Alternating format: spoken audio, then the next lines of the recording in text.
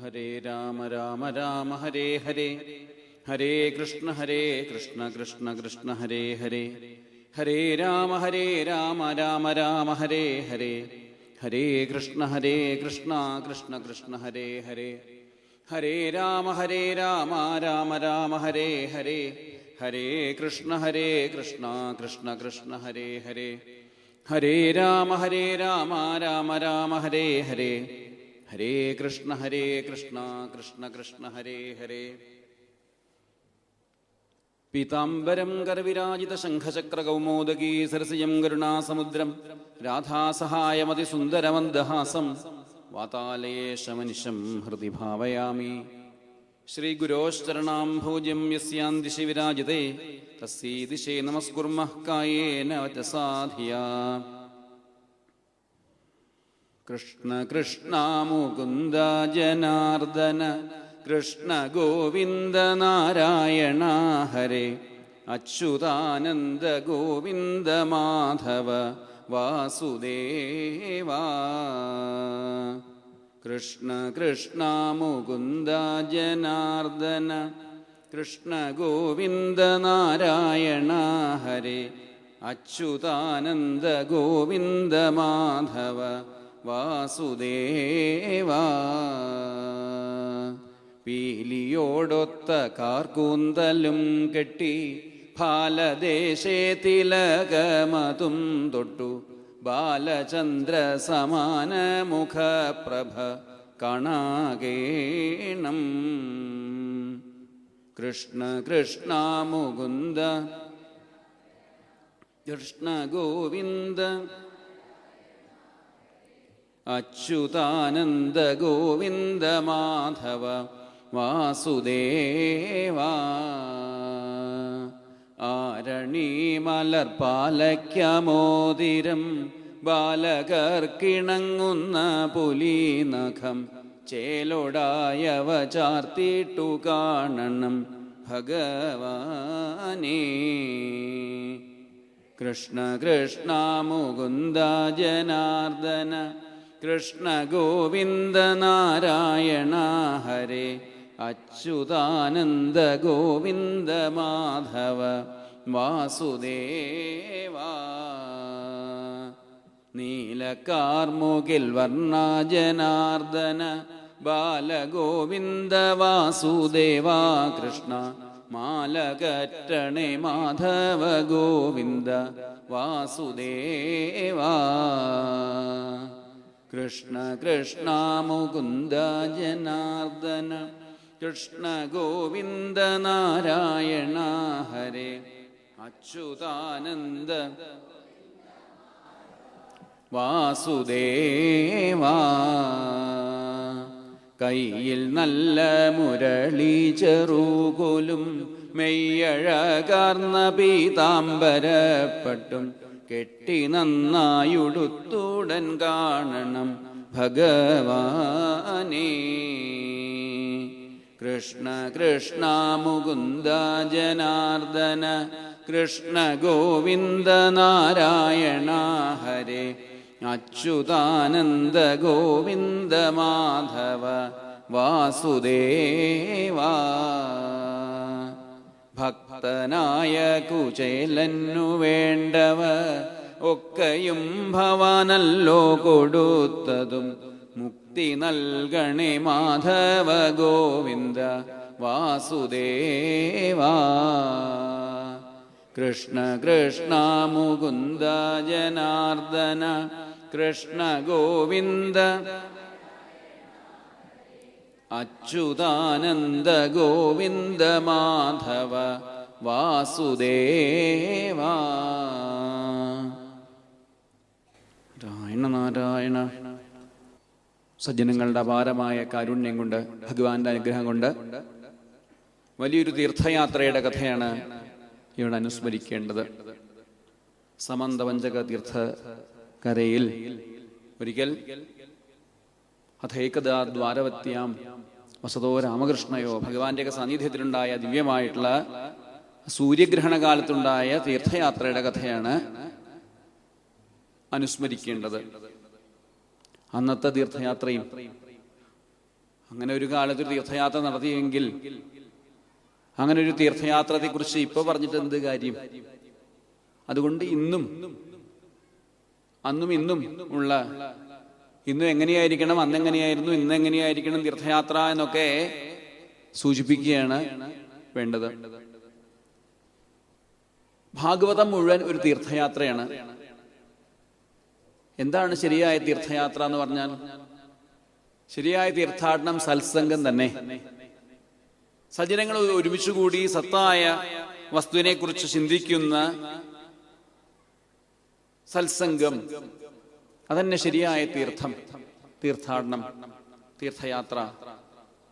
ഭാഗവതം മുഴുവൻ തീർത്ഥയാത്രയാണെങ്കിൽ ഈ സൂര്യഗ്രഹണ കാലത്തുണ്ടായ സത്സംഗവും തീർത്ഥാടനം തന്നെ. അതിലേക്ക് പോകലും അന്ന് അവർ തീർത്ഥാടനമായിരുന്നു എങ്കിൽ അവിടേക്കുള്ള യാത്രയും നമുക്കൊരു തീർത്ഥാടനമാണ്. അതിനു മുമ്പും അതിനും എല്ലാം തീർത്ഥയാത്ര തന്നെയായിരുന്നു ഭാഗവതം മുഴുവൻ. രാജസൂയ യാഗവും അതിനുശേഷം സുദാമാവിന്റെ കഥയും, പരമഭാഗവതനായ സുദാമാവിന്റെ കഥയും ഒരു തീർത്ഥാടനമാണ്. പക്ഷെ തീർത്ഥാടനം എന്നുള്ള പേരും പറഞ്ഞു പോയ അബദ്ധമൊന്നും ഭാഗവതം കാണിക്കുന്നുണ്ട്. തീർത്ഥാഭിഷേക വ്യാജേന. ചിലപ്പോ നമ്മുടെ നാട്ടിലും പതിവുണ്ട്, ഭാര്യയോട് അടിപിടി കൂടിയിട്ട് ഉടനെ ഒറ്റ പോക്ക്. എന്നിട്ടോ ബദ്രിയിൽ പോയാലും കേദാറിൽ പോയാലും സമന്ത പഞ്ചക തീർത്ഥകരയിൽ പോയാലും വൃന്ദാവനത്തിൽ പോയാലും ഒക്കെ ഒന്നും മനസ്സ് നേരെയാവില്ല. കാരണം വീട്ടിലെ കാര്യങ്ങൾ മുഴുവനാണ് ഉണ്ടാവുക. കാരണം ഭാര്യയോട് അടിപിടി പോയിട്ട് പോയതാണ്. അപ്പൊ ആ ഭാര്യയുടെ ചിന്തന്യവും അവിടെ പോയാലുണ്ടാവുക. അപ്പൊ സത്സംഗമാണ് തീർത്ഥാടനത്തിന്റെ ഉദ്ദേശം. തീർത്ഥാഭിഷേകം വ്യാജേന പോയതുകൊണ്ട് ബലരാമസ്വാമികൾക്ക് പോലും അബദ്ധം പറ്റി. ഇനി തീർത്ഥാടനം നടന്ന ആ ദിവ്യമായ ഭൂമിയാണ് സമന്ത പഞ്ചകം. അതിന്റെ പ്രത്യേകത എന്താണ്? അവിടെ അതിന്റെ പ്രത്യേകത നിക്ഷത്രിയാമഹിം. ഈ ഭൂമിയെ ദുഷ്ടന്മാരായ ക്ഷത്രിയന്മാരിൽ നിന്ന് രക്ഷിച്ചതായ പരശുരാമസ്വാമികള്, പരശുരാമസ്വാമികള് ആ ദുഷ്ടന്മാരുടെ ക്ഷത്രിയന്മാരുടെ രക്തം കൊണ്ടുണ്ടാക്കിയ പുണ്യതീർത്ഥാണത്രേ സമന്ത പഞ്ചക തീർത്ഥം. രജോഗുണ പ്രധാനികളാണ് ക്ഷത്രിയന്മാര്. അതിലും ഒന്നുകൂടി ഉയർന്ന ഭാവത്തിലുള്ളവര് വേണ്ട രീതിയിൽ ക്ഷത്രിയ ധർമ്മത്തെ അനുഷ്ഠിക്കുന്നവരാണല്ലോ ഭരിക്കേണ്ടത്. അപ്പോ ബ്രാഹ്മണ വിദ്വേഷികളായിട്ടുള്ള, ബ്രാഹ്മണ ഭക്തിയില്ലാത്ത ക്ഷത്രിയന്മാരെയൊക്കെ അമർച്ച ചെയ്ത്, ദുഷ്ടന്മാരായ ക്ഷത്രിയന്മാരെ മുഴുവൻ അമർച്ച ചെയ്ത് ഭൂമിയെ പരിശുദ്ധമാക്കി അതിലൂടെ ഉണ്ടാക്കിയ തീർത്ഥമാണ് സമന്ത പഞ്ചക തീർത്ഥം. അതിന് പ്രത്യേകമായിട്ടുള്ള മഹത്വമൊക്കെ ഭഗവാൻ തന്നെ കൽപ്പിച്ചു കൊടുത്ത് അങ്ങനെ ഒരു തീർത്ഥം ഉണ്ടാക്കിയത് തന്നെ എന്തിനു വേണ്ടിയിട്ട്? അന്യ മറ്റുള്ളവർക്കൊക്കെ സാധാരണക്കാരായ ആൾക്കാരെ പോലെ അഖാപനുത്തയെ പാപനാശത്തിന് വേണ്ടിയിട്ട് തീർത്ഥം ഉണ്ടാക്കി. ഭഗവാൻ ഇപ്പൊ കുറെ ക്ഷത്രിയന്മാരെ വധിച്ചു എന്ന് വിചാരിച്ചുകൊണ്ട് പരശുരാമസ്വാമികൾക്ക് ഒരു പാപവും വരാനില്ല. എന്നാലും ഇങ്ങനെയൊക്കെ തീർത്ഥം ഉണ്ടാക്കി അദ്ദേഹം കുളിച്ചു. അതിലൊക്കെ പാപം തീരാൻ വേണ്ടിയിട്ടുള്ള ഭാവത്തിൽ അദ്ദേഹം തന്നെ ഉണ്ടാക്കിയ തീർത്ഥത്തിൽ അദ്ദേഹം തന്നെ കുളിച്ച് ലോകത്തിൽ വരാൻ പോകുന്നവർക്കൊക്കെ ഉപകാരമായിക്കോട്ടെ വിചാരിച്ചുകൊണ്ട് അദ്ദേഹം അങ്ങനെയൊക്കെ പ്രവർത്തിച്ചു. അദ്ദേഹത്തിന് ആവശ്യമുണ്ടായിട്ടൊന്നുമല്ല. ഭഗവാന്റെ അവതാരമായിട്ടുള്ള പരശുരാമസ്വാമികള് ദുഷ്ടക്ഷത്രിയന്മാരെ അമർച്ച ചെയ്യാന്നുള്ള പ്രത്യേക ആവശ്യമനുസരിച്ചാണ് അവതാരം സ്വീകരിച്ചിരിക്കുന്നത്. എന്നിട്ടും ലോകത്തിന് വേണ്ടിയിട്ട്, ലോകസ്യഗ്രാഹയന്നീശ, ലോകത്തെ പഠിപ്പിക്കാൻ വേണ്ടിയിട്ട്, ഈ പഠിപ്പിക്കാൻ പോകുന്നൊരു ആദ്യം സ്വയം പഠിക്കണ്ടേ, എന്നിട്ടല്ലേ പഠിപ്പിക്കാൻ പോകും. ആദ്യം സ്വയം പഠിക്കണം, എന്നിട്ട് വേണം പഠിപ്പിക്കാൻ പോവാൻ. അപ്പൊ സ്വയം ആചരിച്ചാലാണ് പഠിപ്പിക്കാനുള്ള അവകാശമുള്ളൂ. അതുകൊണ്ട് സ്വയം അദ്ദേഹം അനുഷ്ഠിച്ചു. ബലരാമസ്വാമികൾ അങ്ങനെ ഉണ്ടായത്. തീർത്ഥാഭിഷേകം വ്യാജേന പോയി സൂതപൗരാണികനെ വധിച്ചപ്പോൾ ഇനി വരാൻ പോകുന്ന ആൾക്കാരൊക്കെ ഇനി സൂതന്മാരെ വധിച്ചാൽ കുഴപ്പമില്ലെന്ന് വിചാരിച്ചുകൊണ്ട് അദ്ദേഹം പരിഹാരമായിട്ട് തീർത്ഥാടനം നടത്തുന്നുണ്ടായത് ലോകത്തിന് വേണ്ടിയിട്ട്. അവർക്ക് ആവശ്യമായിട്ടൊന്നല്ല, അതാത് കാലത്ത് അവർക്ക് ആവശ്യമുണ്ടായിട്ടല്ല. അതുകൊണ്ട് തന്നെ ഭാഗവത്തിലെ പല കഥകളും അതിൻ്റെ ഫലശ്രുതിയും അതായിട്ടുള്ള സാഹചര്യങ്ങളും നോക്കുകയാണെങ്കിൽ പലപ്പോഴും പരസ്പര യോജിപ്പുണ്ടാവില്ല. എന്തുകൊണ്ട്?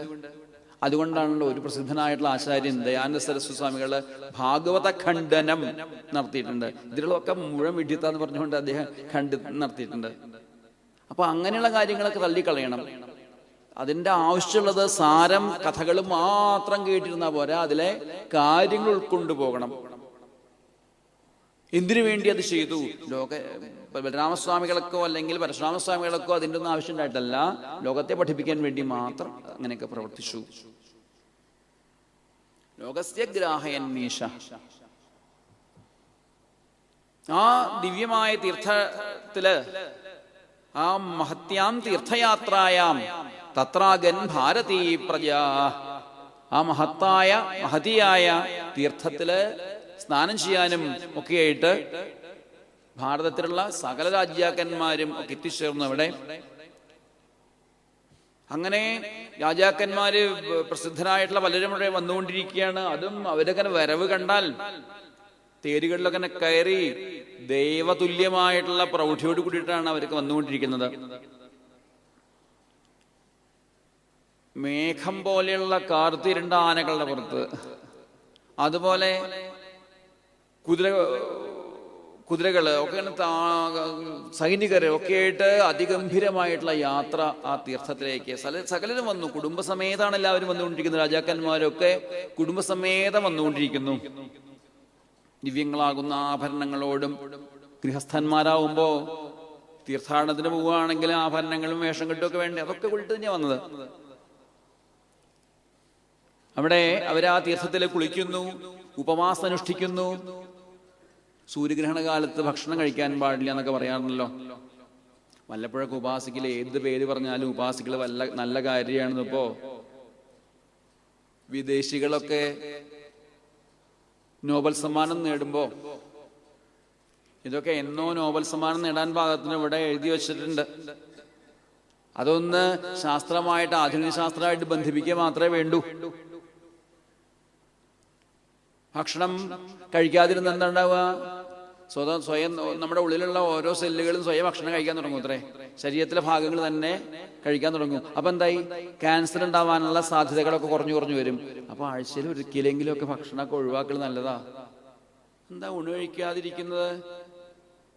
ഒന്നുമില്ല. എന്താ ഊണ് കഴിക്കാതിരിക്കുന്നത്? ഊണില്ലേ? ഒരു ദിവസം ഭക്ഷണം കഴിക്കാതിരിക്കുന്നത് നല്ലതാ.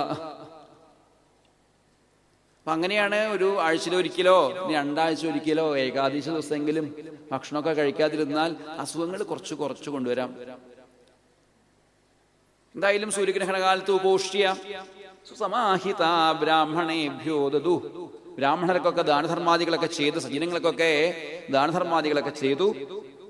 അവരൊക്കെ എന്നിട്ട് പ്രാർത്ഥിക്കുകയാണ്. വൃഷ്ണികളൊക്കെ ധാരാളമായിട്ട് വന്നിട്ടുണ്ട്. അവരൊക്കെ കൂടി പ്രാർത്ഥിക്കുകയാണ് ദാനധർമാദികളൊക്കെ ചെയ്തുകൊണ്ട്. അപ്പൊ സൽക്കർമ്മങ്ങൾ ചെയ്യുമ്പോൾ അതുകൊണ്ടുള്ള ഫലം എന്താണ്? അങ്ങനെയാണല്ലോ, നമ്മളൊരു കാര്യം കർമ്മം ചെയ്തു കഴിഞ്ഞാൽ, എന്തെങ്കിലുമൊക്കെ സൽക്കർമ്മം ചെയ്തു കഴിഞ്ഞാൽ ഇന്ന ഫലം, സകല സൽക്കർമ്മങ്ങളുടെയും ഫലം എന്താണ്? അവര് ഉച്ചൈസ്തരം പ്രഖ്യാപിക്കുന്നു. കൃഷ്ണേനോ ഭക്തിരസ്ത്വിതി. ഭഗവാനില് അചഞ്ചലയായിട്ടുള്ള ഭക്തി ഉണ്ടാവണേ എന്നാണ് ഫലമായിട്ട് ഈ സൽക്കർമ്മങ്ങളൊക്കെ ചെയ്യുമ്പോൾ അവർ പ്രാർത്ഥിക്കുന്നത്. അതായിരിക്കണം ഭാഗവത്തിലൂടെ കടന്നു പോകുന്നവര് പ്രാർത്ഥിക്കേണ്ടത്. എന്ത് ദാനധർമാദികള് ചെയ്താലും, എന്തൊക്കെ സൽക്കർമ്മങ്ങൾ ചെയ്താലും ഫലമായിട്ട് എന്താണ് കിട്ടാവുന്നത്? ഏറ്റവും ഉയർന്ന സ്ഥലം. ചോദിക്കുമ്പോ നിസ്സാരമായ കാര്യം ചോദിക്കരുത്. ഏറ്റവും നല്ലതല്ലേ ചോദിക്കേണ്ടത്? ഒരു കടയില് എല്ലാം നിറച്ചു വെച്ചിട്ടുണ്ട്, എന്ത് വേണമെങ്കിൽ എടുക്കാം എന്ന് പറഞ്ഞു കഴിഞ്ഞാൽ ഏറ്റവും ചെറുതല്ലേ എടുത്തു പോരാ, ഏറ്റവും വലുതല്ലേ ബുദ്ധിയുള്ളവർ എടുത്തു പോരാ, ഏറ്റവും നല്ലതല്ലേ എടുത്തു പോരാ, ഏറ്റവും വലുത്. അതുപോലെ നമ്മൾ ഒരു കർമ്മം, സൽക്കർമ്മം ചെയ്തു കഴിഞ്ഞാൽ അതിന് ഏറ്റവും വലിയ ഫലം ചോദിക്കണം. ഏറ്റവും വലിയ ഫലം എന്താണ്? കൃഷ്ണേനോ ഭക്തിരസ്ത്വിതി. ഭഗവാനില് ഞങ്ങൾക്ക് ഭക്തി ഉണ്ടാവണേ. ഇതാണ് അവര് പ്രാർത്ഥിച്ചത്. വേറെ ഒന്നും പ്രാർത്ഥിക്കാനില്ല അവർക്ക്.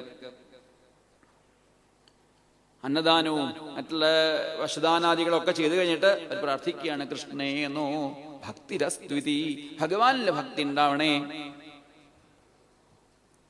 അങ്ങനെ പിന്നെതാ വന്നുകൊണ്ടിരിക്കുന്നു. ദ്വാരക മുഴുവൻ വന്നു. കുറച്ചുപേര്, പ്രധാനപ്പെട്ടതായിട്ട് കുറച്ചുപേര് ദ്വാരകയില് ഇരുത്തി. ബാക്കിയുള്ളവരൊക്കെ തീർത്ഥാടനത്തിനായിട്ട് വന്നിട്ടുണ്ട്. അങ്ങനെ പരസ്പരം സ്ത്രീകളൊക്കെ കണ്ടുമുട്ടുമ്പോൾ ഉണ്ടാവുന്ന സ്നേഹാതിശയം കൊണ്ട് ആലിംഗനാദികളൊക്കെ ചെയ്തുകൊണ്ട് ഉള്ള രംഗം ഒരു ഭാഗത്ത്. ചെറുപ്പക്കാരൊക്കെ ആണെങ്കിൽ കുട്ടികളൊക്കെ അങ്ങോട്ടും ഇങ്ങോട്ടും മുതിർന്നവരെയൊക്കെ ബഹുമാനിച്ചുകൊണ്ട് കാൽക്കൽ വീണ് നമസ്കരിക്കുക, അഭിവാദ്യം ചെയ്യുക. പ്രായമായവരെ കാണുന്ന സമയത്ത് ഇതൊക്കെ സാമാന്യ മര്യാദയല്ലേ? ഇതൊക്കെ ഈ ധർമ്മ വ്യവസ്ഥകള് നമ്മളും കേട്ട് കേട്ട് അനുസരിച്ച് ശീലിച്ചല്ലേ പരമ്പരയായിട്ട് നിലനിർത്തേണ്ടത്. ഇതല്ലേ ധർമ്മ ആചരണം എന്ന് പറഞ്ഞു കഴിഞ്ഞാൽ. മുതിർന്നവരെ കണ്ടപ്പോൾ വീട് നമസ്കരിക്കുന്നു, യുവാക്കള് കുട്ടികളൊക്കെ കുറച്ചുകൂടി പ്രായമായിട്ടുള്ളവരെ കണ്ട വീട് നമസ്കരിക്കുന്നു. ഇങ്ങനെയുള്ള രംഗങ്ങളൊക്കെ അത് വളരെ ഭംഗിയായിട്ട് അവിടെ അവതരിപ്പിച്ചു. അതിന്റെ ഇടയിലാണ് ഭ്രാതൃൻ സുശ്രീർവീക്ഷ്യ തൽപുത്രാൻ പിതരാവപി. കുന്തിദേവി വസുദേവരെ കണ്ടു. വസുദേവരോട് കുറച്ച് പരിഭവം പറയാൻ തുടങ്ങി. അതെ, എന്താ ഭഗവാന്റെ അല്ലെങ്കിൽ കാലക്കേട് കൊണ്ട് എന്തൊക്കെ ദുഃഖങ്ങളാണ് ഞങ്ങൾക്ക് അനുഭവിക്കേണ്ടി വന്നത്. ആ ദുഃഖത്തില് നിങ്ങൾക്ക് പോലും ഞങ്ങളെ സ്മരിക്കാൻ തോന്നിയില്ലല്ലോ. സാധാരണ എപ്പോഴും നമ്മൾ ബന്ധുക്കളെ സ്മരിക്കണ്ട, അതും സ്വന്തം സഹോദരനായിട്ടുള്ള നിങ്ങൾക്ക് പോലും ഞങ്ങൾക്കൊരു ആപത്ത് വന്നപ്പോ ഒന്നും ഓർമ്മിക്കാൻ തോന്നിയില്ലല്ലോ എന്നൊക്കെ ചോദിച്ചുകൊണ്ട് അവലാതി പറയാണ്. അപ്പൊ വസുദേവര് പറഞ്ഞു, അയ്യോ സഹോദരി, അങ്ങനെ വിചാരിക്കരുത് കേട്ടോ. ഒരിക്കലും തെറ്റായിട്ട് കണക്കാക്കരുത്, ഞങ്ങളെ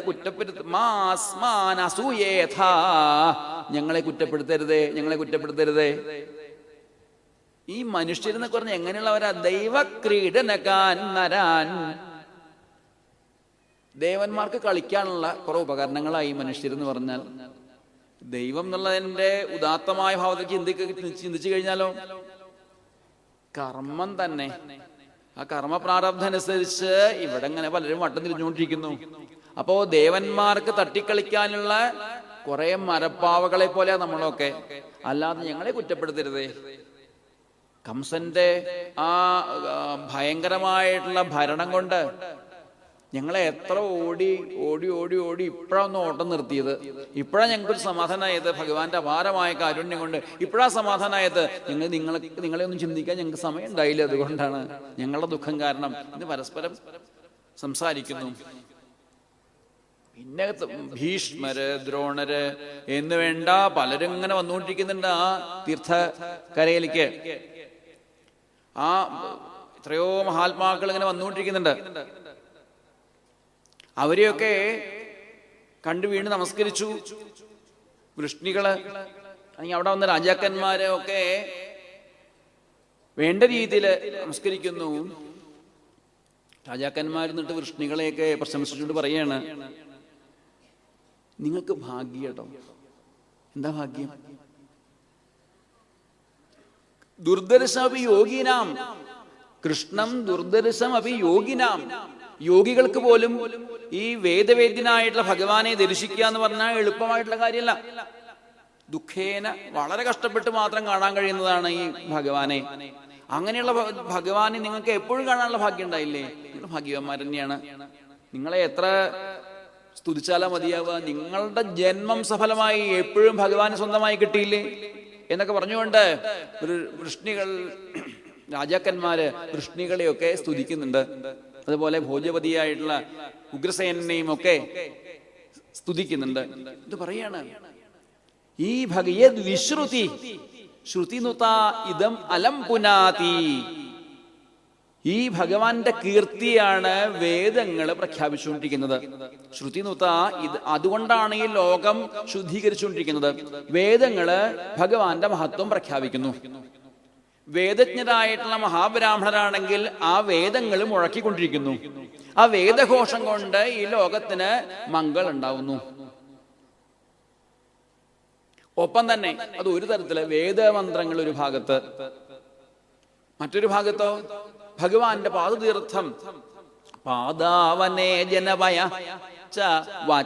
ശാസ്ത്രം.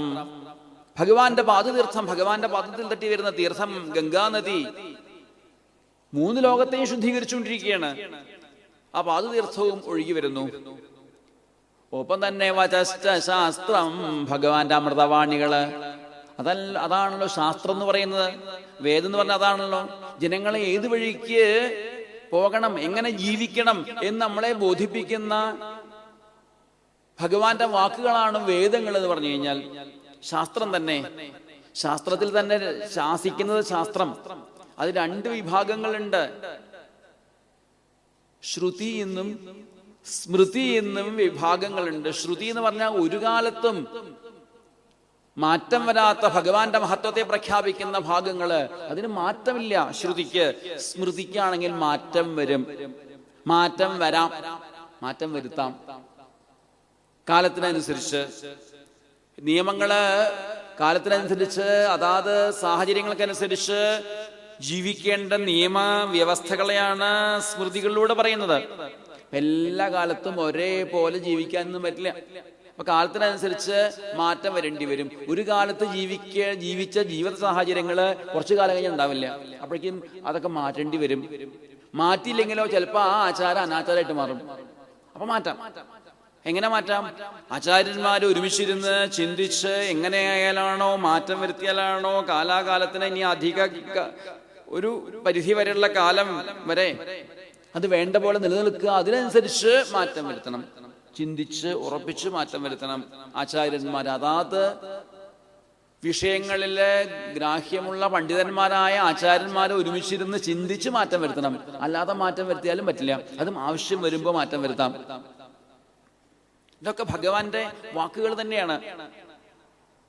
ഇതുകൊണ്ടാണ് ഈ ലോകത്തിന് നന്മ ഉണ്ടായിക്കൊണ്ടിരിക്കുന്നത്. ആലോചിച്ചു കഴിഞ്ഞ ഭൂകാലഭർജിത ഭഗ അപി, ഈ ഭൂമിദേവി ഇപ്പൊ എങ്ങനെയാണ്?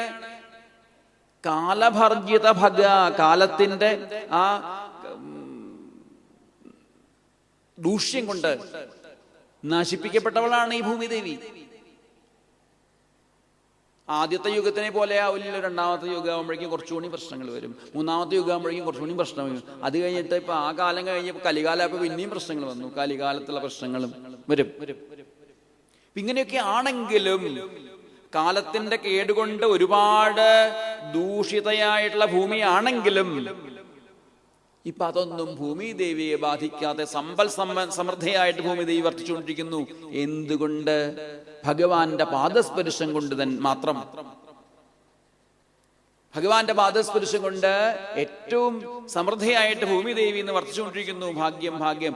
ആ ഭഗവാന്റെ പാദസ്പർശം കൊണ്ടാണ് ഭൂമിക്ക് ഇത്രയും സമൃദ്ധി ഉണ്ടായത്. അങ്ങനെയുള്ള ഭഗവാനെ സ്വന്തമായി നിങ്ങൾക്ക് കിട്ടിയിരിക്കുന്നു. നിങ്ങളുടെ ഭാഗ്യം. ഏതൊക്കെ രീതിയിൽ സ്വന്തമായി കിട്ടിയത്? ഭഗവാനെ കാണാം, സ്പർശിക്കാനൊന്നും പറ്റില്ല എന്ന് പറയുന്നു ഉപനിഷത്ത്. അങ്ങനെയുള്ള ഭഗവാനെ നിങ്ങൾക്ക് സ്പർശിക്കാം, കാണാം. കാണാൻ പറ്റില്ല എന്ന് പറയുന്ന ആളെ കാണാം. എല്ലാത്തിനും സ്വാധീനനായിട്ട് ഭഗവാൻ ദിവ്യമായ വേഷം കെട്ടി താഴത്തേക്ക് വന്ന് അവതരിച്ചു വന്ന് എല്ലാ സൗഭാഗ്യങ്ങളും നിങ്ങൾക്ക് തന്നിരിക്കുന്നു. ഇവിടെയുള്ള ചിലരോട് ചോദിക്കുക, നിങ്ങൾ ആരാ മനസ്സിലായില്ലോ? ഞാൻ ശ്രീകൃഷ്ണ ഭഗവാന്റെ മകന്റെ മകനാ. ഇതാരാ? ഞാനേ ഇങ്ങനെ ഓരോരുത്തർക്കും ഓരോ ചാർച്ച പറയാനുണ്ട്, ഓരോ ബന്ധുത്വം പറയാനുണ്ട്. അങ്ങനെ പല രീതിയില് എല്ലാവരും ഭഗവാനുമായിട്ട് ബന്ധപ്പെട്ടവരാണ്. ഇതല്ലേ നിങ്ങളുടെ ഭാഗ്യം? രൂപനാമങ്ങൾക്ക് അതീതനായിട്ടുള്ള ഭഗവാനെ, ഇന്ദ്രിയങ്ങൾക്ക് പിടികിട്ടില്ല എന്ന് പറയുന്ന ഭഗവാൻ നിങ്ങൾക്ക് സ്വന്തമായി കിട്ടിയിരിക്കുന്നു. ഇതല്ലേ ഭാഗ്യം എന്ന് പറയുന്നത് എന്ന് വൃഷ്ണികള് ഒരു ഭാഗത്ത്. ഇതൊക്കെ അന്നത്തെ കാലത്തും ഇന്നത്തെ കാലത്തും ആലോചിച്ചു കഴിഞ്ഞാൽ ഭാഗവത പ്രേമികളായിട്ടുള്ള ഭക്തന്മാരോട് പറയാവുന്ന കാര്യങ്ങൾ അതൊക്കെ. എന്താ അത്? നിങ്ങൾ ഭാഗ്യവന്മാരാ. വേദാന്ത സാരമായ ശ്രീമദ് ഭാഗവതാഖ്യോയം പ്രത്യക്ഷ കൃഷ്ണ ഏവഹി. ഭാഗവതം എന്ന് പറഞ്ഞ പ്രത്യക്ഷ കൃഷ്ണൻ തന്നെയാണ്, ഭഗവാന്റെ വാങ്മയ സ്വരൂപം തന്നെയാണ്. ആ ഭഗവാൻ നിങ്ങൾക്ക് സ്വന്തമായി കിട്ടിയില്ലേ? ആ ഭഗവാൻ നിങ്ങൾക്ക് കാണാനും സ്പർശിക്കാനും അനുഭവിക്കാനും ഒക്കെ പാകത്തിൽ സ്വന്തമായി കിട്ടിയില്ലേ? ഈ ഭഗവാന്റെ മഹത്വമാണ് ഇവിടെ അനുസ്യൂത ഒഴുകിക്കൊണ്ടിരിക്കുന്നത്. ഈ ഭഗവാന്റെ പാദതീർത്ഥമാണ് ഗംഗ എന്നുള്ള പേരിൽ ഒഴുകിക്കൊണ്ടിരിക്കുന്നത്. ഗംഗ എന്ന് പറഞ്ഞാൽ എന്താ? ശ്രീകൃഷ്ണ ഭഗവാനും രാധാദേവിയും ഒന്നായി ചേർന്നപ്പോ ഗംഗയായിട്ട് ഒഴുകി. ഇത്ര ആ പരമജ്ഞാനമാണ് വിമലാഭിഗംഗ, ജ്ഞാനപ്രവാഹ വിമലാഭിഗംഗ. ഇത് വെറും ഗംഗ എന്ന് പറഞ്ഞാൽ കുറച്ച് ജലസ്രോതസ് മാത്രം വിചാരിക്കണ്ട. പിന്നെ ജ്ഞാനപ്രവാഹമാണിത് ഇവിടെ ഇപ്പോഴും ഗംഗയായിട്ട്, പരമജ്ഞാനമായിട്ടുള്ള ഭാഗവത ഗംഗയായിട്ട് ഒഴുകിക്കൊണ്ടിരിക്കുന്നത്. ഭാഗ്യം തന്നെ. എങ്ങനെയാണ് ജീവിക്കേണ്ടത് എന്ന് ഇനിയിപ്പോ ശ്രുതി അറിയില്ല, സ്മൃതി അറിയില്ല. അതല്ലേ ഇവിടെ നേരത്തെ പറഞ്ഞുകൊണ്ടിരുന്നത്. ശ്രുതി അറിയാത്തവർക്ക്, സ്മൃതി അറിയാത്തവർക്ക് കണ്ണ് കെട്ടി ഓടിയാലും, കണ്ണില്ലാത്തവരെന്നല്ല, കണ്ണ് ഉണ്ടെങ്കിലും കണ്ണ് കെട്ടി ഓടിയാലും വീഴ്ച വരില്ല. നസ്ഖലേ നമതേദിഹ എന്ന് പ്രഖ്യാപിക്കുന്ന ശൃണ്വൻ സുഭദ്രാണി രഥാംഗപാണേ ജന്മാനി കർമാണി അനുസ്മരിക്കുന്ന ഭാഗവധർമ്മം കായേന വാചാ മനസേന്ദ്രിയൈർവാ ബുദ്ധ്യാത്മനാ വാ പ്രകൃതേ സ്വഭാവാൽ കരോമി യദ്യൽ സകലം പരസ്മൈ നാരായണായേതി സമർപ്പയാമി. എങ്ങനെയാ ജീവിക്കേണ്ടെന്ന് അറിയില്ല, അതൊന്നും നോക്കണ്ട. ശ്രുതി അറിയില്ല, സ്മൃതി അറിയില്ല, ഒന്നും വേണ്ട. കണ്ണ് കെട്ടി ഓടിക്കോളൂ. ശ്രുതി സ്മൃതി ആകുന്ന കണ്ണ് കെട്ടി ഓടിക്കോളൂ. വീഴ്ച ഉണ്ടാവില്ല ജീവിതത്തില്. പുറമേക്ക് കണ്ണ് കെട്ടി ഓടേണ്ട കഥയല്ല. ജീവിതത്തിലെ കണ്ണ്, ഈ ശ്രുതി സ്മൃതിയാകുന്ന കണ്ണ് കെട്ടി ഓടിയാലും വീഴ്ച ഉണ്ടാവില്ല. അതല്ലേ ഭഗവാന്റെ ശാസ്ത്രം. അതുകൊണ്ട് നിങ്ങൾ ഭാഗ്യവാന്മാരാണെന്നൊരു ഭാഗത്ത്. അപ്പോഴേക്കും ഭഗവാൻ അവിടെ വന്നിട്ടുണ്ടെന്ന് കേട്ട് വൃന്ദാവനത്ത് നിന്ന് വലിയൊരു ഘോഷയാത്രയായിട്ട് അവിടുന്ന് ജനങ്ങൾ വന്നുകൊണ്ടിരിക്കുന്നു. വൃന്ദാവനവാസികളൊക്കെ നന്ദഗോപുരം അവിടെ വരുന്നു എന്ന് കേൾക്കുമ്പോഴേക്കും വൃഷ്ണികളൊക്കെ ആ നന്ദഗോപുര് നമ്മുടെയൊക്കെ കൃഷ്ണനെ വളർത്തി വലുതാക്കിയ ഭഗവാന്റെ, കൃഷ്ണന്റെ അച്ഛനാ ഞാന്ന് പറഞ്ഞുകൊണ്ട്, അമ്മയാന്ന് പറഞ്ഞുകൊണ്ട് പാലുകൂട്ടിയ യശോദമ്മയും നന്ദഗോപുരയാണ് വരുന്ന കാണുമ്പോഴേക്കും അവരറിയാതെ എണീറ്റ് പോയി. ഇത്രേ പരമാനന്ദം കൊണ്ട് എണീറ്റ് പോയി. ആ ഇന്ദ്രിയങ്ങളൊക്കെ തളർന്നു കിടക്കുമ്പോൾ മുഖ്യപ്രാണന് വന്നു കഴിഞ്ഞാൽ മുഖ്യപ്രാണന്റെ സാന്നിധ്യം കൊണ്ട് ഇന്ദ്രിയങ്ങളൊക്കെ അറിയാതെ ഉണർന്ന് എണീൽക്കുന്ന പോലെ, പ്രാണനെ കണ്ട പോലെ അവരെണീറ്റ് നന്ദഗോപരെ ഗാഠഗാഠം ആലിംഗനം ചെയ്യുന്നു. എത്രയോ കാലമായിട്ട് കാണാൻ മോഹിച്ചവരെ കാണുന്ന പോലെ അങ്ങനെ ആലിംഗനം ചെയ്തു. വസുദേവരെ നന്ദഗോപുരനെ കാണുമ്പോഴേക്കും പഴയ രംഗങ്ങൾ ഓരോന്നും ഓർമ്മ വന്നു. കംസന്റെ ആ ദുഷ്ടതകൾ ഓർമ്മ വന്നു. 6 ഉണ്ണികളെ കംസൻ അടിച്ചു കൊല്ലുന്നത് ഓർമ്മ വന്നു. എട്ടാമത് ആനന്ദമൂർത്തിയായിട്ടുള്ള ഭഗവാൻ അവതരിച്ച് ഭഗവാനെ കൊണ്ടുപോയിട്ട് ആ നന്ദഗോകുലത്തിലേക്ക് കൊണ്ടുപോയി കിടത്തിയ രംഗങ്ങൾ ഓർമ്മ വന്നപ്പോഴേക്കും അദ്ദേഹത്തിന്റെ കണ്ണ് നിറഞ്ഞൊഴുകി. സ്മരൻ കംസകൃതാൻ ക്ലേശാൻ പുത്രം ന്യാസം ച ഗോകുലേ, എല്ലാം ഓർത്തുകൊണ്ട് നന്ദഗോപരെ ഗാഠഗാഠം ആലിംഗനം ചെയ്യുന്നു. അപ്പോഴേക്കും രാമകൃഷ്ണന്മാര്, നമ്മുടെയൊക്കെ ഭാഷയിൽ എന്ന് അവിടുന്ന് പോകുന്നതാണെന്നറിയില്ല, കുട്ടിക്കാലത്ത് പോകുന്നതാണ്. 8 വയസ്സോ 9 വയസ്സുള്ള അവിടുത്തെ സമയത്ത് പോകുന്നതാണ്. അതിന് കഴിഞ്ഞിട്ട് വർഷങ്ങൾക്ക് ശേഷമാണ് മുത്തശ്ശനൊക്കെ ആയിരിക്കുന്നു ഭഗവാനെ നമ്മുടെ കണക്കിൽ പറയുമ്പോൾ. ഭഗവാൻ രാമകൃഷ്ണന്മാര് നന്ദഗോപരെ കണ്ടു, യശോദമയെ കണ്ടു, ഓടി വന്ന് നമസ്കരിക്കുന്നു, ഗാഠഗാഠം ആലിംഗനം ചെയ്യുന്നു. അച്ഛനോടും അമ്മയോടും നന്ദഗോപരോടും യശോദമ്മയ്ക്കോടും ശ്രീകൃഷ്ണ ഭഗവാന് എന്തൊക്കെയോ പറയണമെന്ന് ആഗ്രഹം ഉണ്ടായി. ഇത്രേ പറയാൻ പറ്റിയില്ല, ഒരക്ഷരം മിണ്ടിയില്ല. ആ വാക്കുകളൊക്കെ, പറയാനുള്ള കാര്യങ്ങളൊക്കെ പ്രേംണാ സാശ്രുകണ്ഠൗ, കണ്ണുനിന്ന് ഒഴുകി. രാമനും കൃഷ്ണനും എന്തൊക്കെയോ വർത്തമാനം പറഞ്ഞു. നാവ് കൊണ്ടല്ല, കണ്ണുകൊണ്ട്, കണ്ണീര് കൊണ്ടാണ് പറയാനുള്ളതൊക്കെ പറഞ്ഞത്. ആ പറഞ്ഞ ഓരോ കാര്യങ്ങളും നന്ദഗോപർക്കും മനസ്സിലായി, യശോദമ്മയ്ക്ക് മനസ്സിലായി. അവർ തിരിച്ചും വർത്തമാനം പറഞ്ഞു, കണ്ണുകളിലൂടെയാണെന്ന് മാത്രം. കണ്ണുനീര് വാർത്തുകൊണ്ടാണ് പരസ്പരം. അവിടെയൊന്നും ഭാഷ പോലും വേണ്ടി വന്നില്ല, ഒരു നാവ്, ഒരു അക്ഷരം പോലും വേണ്ടി വന്നില്ല അവർക്ക് സംസാരിക്കാനായിട്ട്. പഴയ പോലെ പണ്ട് 2 വയസ്സ് 3 വയസ്സുള്ള സമയത്ത് കണ്ണനെ എങ്ങനെയാണോ ആരെടുത്ത് ഉമ്മ വെച്ചത്, അതുപോലെ യശോദമ്മയ്ക്കുള്ള അനുഭവം കൊടുത്തു അല്ലെ. എത്രയോ കാലത്തിന് ശേഷം ഭഗവാന്റെ അവതാരം കഴിഞ്ഞിട്ട് ഭക്തന്മാര് പറയുന്നു 5000 കൊല്ലമായിന്ന്. ഇന്നും ചില അമ്മമാരൊക്കെ കണ്ണാന്ന് പറഞ്ഞുകൊണ്ട് ഭഗവാനെ വാരിയെടുക്കാറുണ്ട്. ചിലർക്കൊക്കെ ആണെങ്കിൽ ഭഗവാനെ അങ്ങനെ കാണാനുള്ള ഇഷ്ടം, കുറച്ചൊക്കെ പ്രായമായിട്ടുള്ള കൃഷ്ണനെ പല ഭാവത്തില് ഭഗവാനെ ഭക്തന്മാര് സ്വീകരിക്കുന്നു, ആശ്രയിക്കുന്നു. യശോദമ്മയ്ക്ക് അതേ അനുഭവം ഉണ്ടാക്കി കൊടുത്തു. എല്ലാം മറന്നുകൊണ്ട് സ്തന്യപാനം ചെയ്യിക്കുന്നു യശോദമ്മ. അതിനുള്ള അനുഭവം ഉണ്ടാക്കി കൊടുത്തു യശോദമ്മയ്ക്ക്. അപ്പോഴേക്കും രോഹിണി ദേവി, ദേവകി ദേവി അങ്ങോട്ട് വന്നു. അവരെ യശോദമ്മയെ ഗാഠഗാഠമാലിംഗനം ചെയ്തുകൊണ്ടേ, എങ്ങനെ നിങ്ങളൊക്കെ മറക്കാൻ, വിസ്മരേതവാമ്മ ഇത്രയും എങ്ങനെ മറക്കാനാണ്? നിങ്ങൾക്ക് എന്ത് ചെയ്തു തന്നാലാണ് നിങ്ങളോടുള്ള കടപ്പാട് തീരുക? ഈ കുട്ടികളെയൊക്കെ നിസ്വാർത്ഥമായ സ്നേഹം നൽകിക്കൊണ്ട് വളർത്തിക്കൊണ്ടുവന്ന നിങ്ങളുടെ ആ നിസ്വാർത്ഥമായ സ്നേഹത്തിന് എന്ത് പകരം തരണമെന്ന് അറിയില്ല കേട്ടോ. ഒന്നും ഇല്ല, ബാക്കി ഒന്നും തരാനില്ല. എന്ത് തന്നാലും മതിയാവില്ല. ഈ നിസ്വാർത്ഥ സ്നേഹം കൊണ്ടാണ് ഇപ്പൊ ഈ രാമകൃഷ്ണന്മാരൊക്കെ ജഗദീശ്വരന്മാരായത് തോന്നുന്നുണ്ട്. ഇപ്പൊ എല്ലാവരും പറയുന്നുണ്ട് രാമകൃഷ്ണന്മാരെന്ന് പറഞ്ഞാൽ ജഗദീശ്വരന്മാരാണെന്ന്. എങ്ങനെയായത്? നിങ്ങളുടെ വളർത്തുഗുണം കൊണ്ടാ. അമ്മയുടെ, യശോദമ്മയുടെ എങ്ങനെയാ മറക്കാൻ കഴിയുക എന്ന് യശോദമ്മയെ ബഹുമാനിച്ചുകൊണ്ട് രോഹിണി ദേവിയും ദേവകി ദേവിയും അച്ഛനില്ലാത്ത ആ കാലത്ത് ഈ കുട്ടികളെയൊക്കെ വളർത്തിക്കൊണ്ടുവന്നില്ലേ എന്നൊക്കെ ചോദിച്ചുകൊണ്ട് എങ്ങനെയാ നിങ്ങളോട് പ്രത്യുപകാരം ചെയ്യുക? കുട്ടികളെയൊക്കെ വളർത്തി തന്നതിന് എന്താണ് പ്രത്യുപകാരം ചെയ്യാന്നാ ചോദിക്കുന്നത്. ഇങ്ങനെ ഒരു ഭാഗത്ത് എല്ലാവർക്കും ഭഗവാനെ കുറിച്ച് സംസാരിക്കാൻ മാത്രമേ സമയമുള്ളൂ. വലിയൊരു സത്സംഗമാണ്. പറയുമ്പോ അധികവും ബന്ധുക്കളാണ് അവിടെ വന്നവരൊക്കെ. ഇനി കാണാം ഭഗവാന്റെ പത്നിമാരൊക്കെ ഒരു ഭാഗത്തിരുന്ന് ഒരുമിച്ചിരിക്കുമ്പോൾ പാഞ്ചാലി വന്ന് നിങ്ങളെയൊക്കെ എങ്ങനെയാ ഭഗവാൻ വിവാഹം കഴിച്ചതെന്ന് ഒരു ഭാഗത്ത് ചോദിച്ചുകൊണ്ടിരിക്കുന്നുണ്ട്. കുന്തിദേവിയും വസുദേവരും സംസാരിക്കുന്നത് കേട്ടു. എല്ലാവർക്കും ഭഗവാനെ കുറിച്ച് പറയാനേ നേരമുള്ളൂ. ഇപ്പോ ഇതാണ് ശരിയായ സത്സംഗം. ഈ സത്സംഗം നമുക്കും ജീവിതത്തിൽ നേടിയെടുക്കാൻ പറ്റേണ്ട സത്സംഗമാണ്. കുടുംബ ബന്ധം എന്ന് പറഞ്ഞാൽ വലിയൊരു ഭാരമാണ് എന്നൊക്കെ പലതിക്കലും കാണാം. അത് ഭാരമല്ലാതെ ആക്കിയതൊക്കെ എന്താ വഴി? ഇതുപോലുള്ള തീർത്ഥാടനങ്ങൾ ഉണ്ടാവണം നമ്മുടെയും ഗൃഹത്തില്. ഇതുപോലുള്ള സത്സംഗങ്ങൾ ഉണ്ടാവണം നമ്മുടെയും ഗൃഹത്തില്. അതിനു വേണ്ടിയിട്ടാണല്ലോ കുട്ടികൾക്ക് വേണ്ടിയിട്ട് വിഷ്ണു സഹസ്രനാമം ജപിക്കാൻ. നേരത്തെ പറഞ്ഞു ആയിരക്കണക്കിന് അല്ല 25,000-ഓളം കുട്ടികൾ ഒരുമിച്ച് വിഷ്ണു സഹസ്രനാമം ജപിക്കുക, കുട്ടികൾക്ക് സമ്മാനം കൊടുക്കുക, കുട്ടികളുടെ പരിപാടികൾ നടത്തുക. കുട്ടികൾക്ക് വേണ്ടിയിട്ട് പ്രത്യേകം സീറ്റ് ഒരു ഭാഗത്ത് വെച്ചിട്ടുണ്ട്. കുട്ടികൾക്ക് വേണ്ടി മാത്രമാണ് സീറ്റ്. അതുകൊണ്ട് കുട്ടികൾ വന്നിരിക്കണം. കുറച്ച് കഴിഞ്ഞ് കുട്ടികൾ വരും, സമ്മാനം മേടിക്കാറാകുമ്പോഴേക്കും വരും.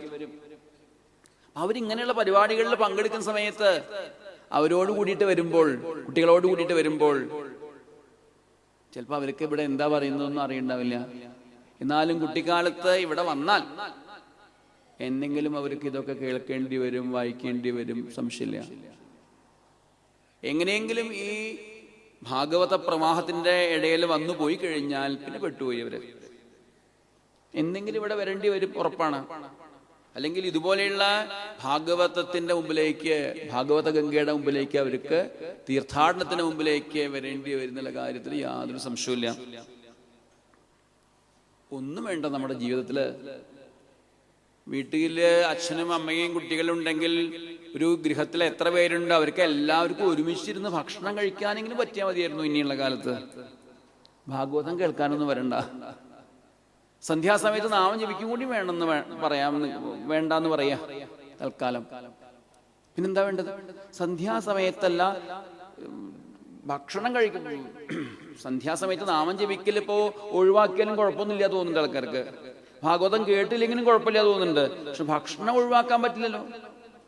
ഭക്ഷണം വേണ്ട, അങ്ങനെ പതിവില്ലല്ലോ. അത് ഒഴിവാക്കാറില്ല. ഭക്ഷണം എന്തായാലും നിർബന്ധമായിട്ടുള്ള കാര്യമാണ്. അപ്പൊ ഭക്ഷണം കഴിക്കില്ലെങ്കിലും ഒരുമിച്ചിരുന്ന് അച്ഛനമ്മമാര് പരസ്പരം വർത്തമാനം പറഞ്ഞുകൊണ്ടോ ഭഗവാൻ വനഭോജനൊക്കെ ചെയ്ത പോലെ എന്തെങ്കിലും ഒക്കെ സംസാരിച്ചുകൊണ്ട് ഒരുമിച്ചിരുന്ന് ഭക്ഷണം കഴിക്കുകയെങ്കിലും ഒരുമിച്ചായി കഴിഞ്ഞാൽ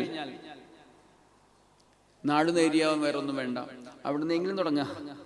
ഒരുമിച്ചിരുന്ന് ഭക്ഷണം കഴിക്കാനായിട്ട് തുടങ്ങുമ്പോൾ ക്രമേണ ഒരുമിച്ചിരുന്ന് സന്ധ്യാസമയത്തെങ്കിലും നാമസങ്കീർത്തനം ചെയ്യാനോ ഇതുപോലുള്ള സത്സംഗങ്ങളിലേക്ക് ഒരുമിച്ച് വരാനോ ഒക്കെ ഭാഗ്യം ഉണ്ടാവും ക്രമേണ.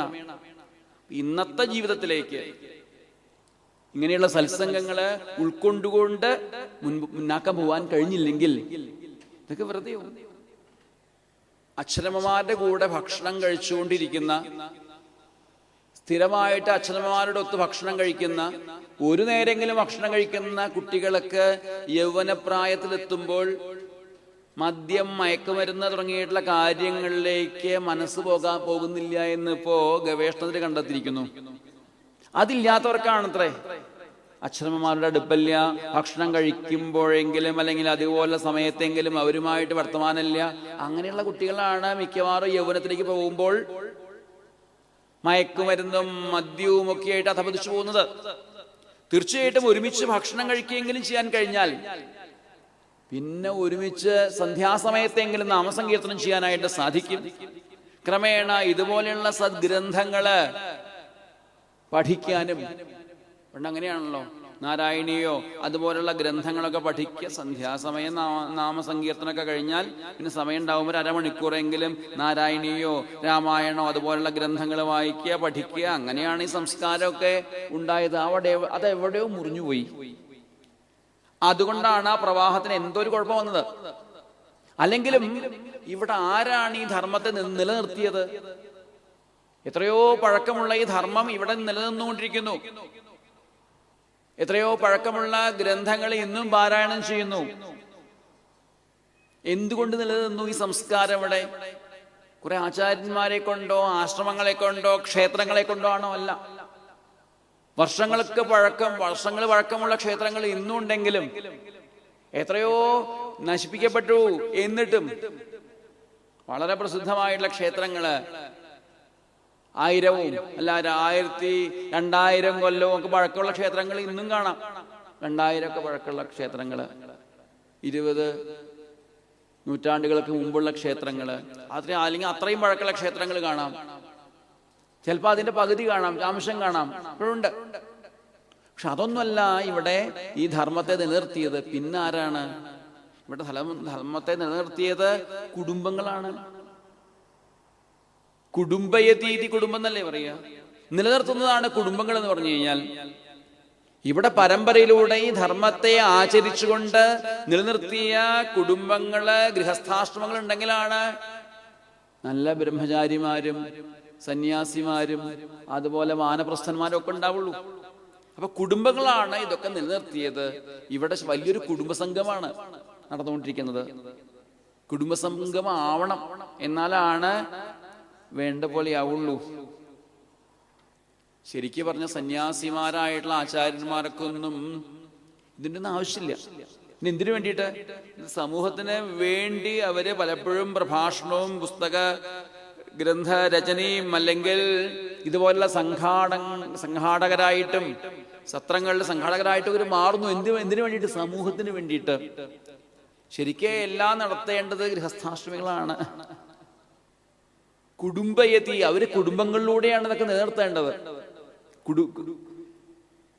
കൊല്ലത്തിലെ 7 ദിവസമോ 8 ദിവസമോ ഉള്ള സത്രത്തിൽ പങ്കെടുത്തു, അതുകൊണ്ട് മാത്രമേ ആള് മാറി വരൂ. 7 ദിവസം സത്രത്തിൽ ആദ്യം മുതൽ അവസാനം വരെ കേട്ടു, ആളാണ് മാറി എന്ന് പറയാനൊന്നും പറ്റില്ല. മാറും ചിലപ്പോൾ 2 ദിവസത്തേക്ക് 3 ദിവസത്തേക്ക്. പിന്നെ അത് ഊട്ടി ഉറപ്പിക്കേണ്ട കുടുംബങ്ങൾ ഉണ്ടെങ്കിൽ മാത്രമേ ഇത് ശാശ്വതമായി നിലനിൽക്കുള്ളൂ. അപ്പൊ കുടുംബങ്ങളാണ് ഇവിടെ നിലനിർത്തിയത്. അത് തന്നെയാ കുടുംബസംഘമാണ് ഇവിടെ നടന്നുകൊണ്ടിരിക്കുന്നത്. ഇങ്ങനെ പല സജ്ജനങ്ങളും ഒരുമിച്ച് ഭഗവാനെ കുറിച്ച് സ്മരിച്ചുകൊണ്ടിരിക്കുന്ന സമയത്ത് ഗോപിമാര് വന്നിട്ടുണ്ട് അവിടെ. ആ ഗോപിമാരുടെ അവസ്ഥ എന്താണ്?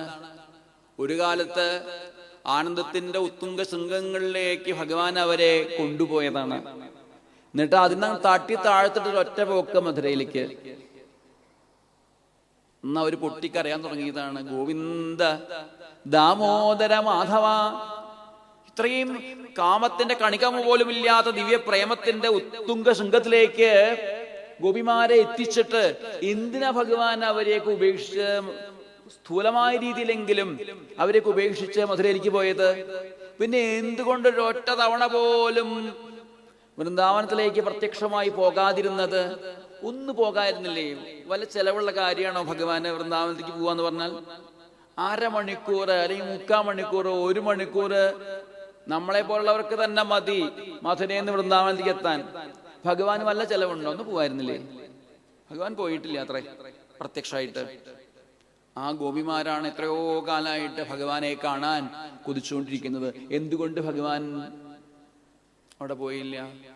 പ്രത്യക്ഷമായിട്ട് അല്ലെ? പരോക്ഷമായിട്ട് ഭഗവാൻ വൃന്ദാവനത്തിൽ നിന്ന് പോരുന്നൊന്നുമില്ല.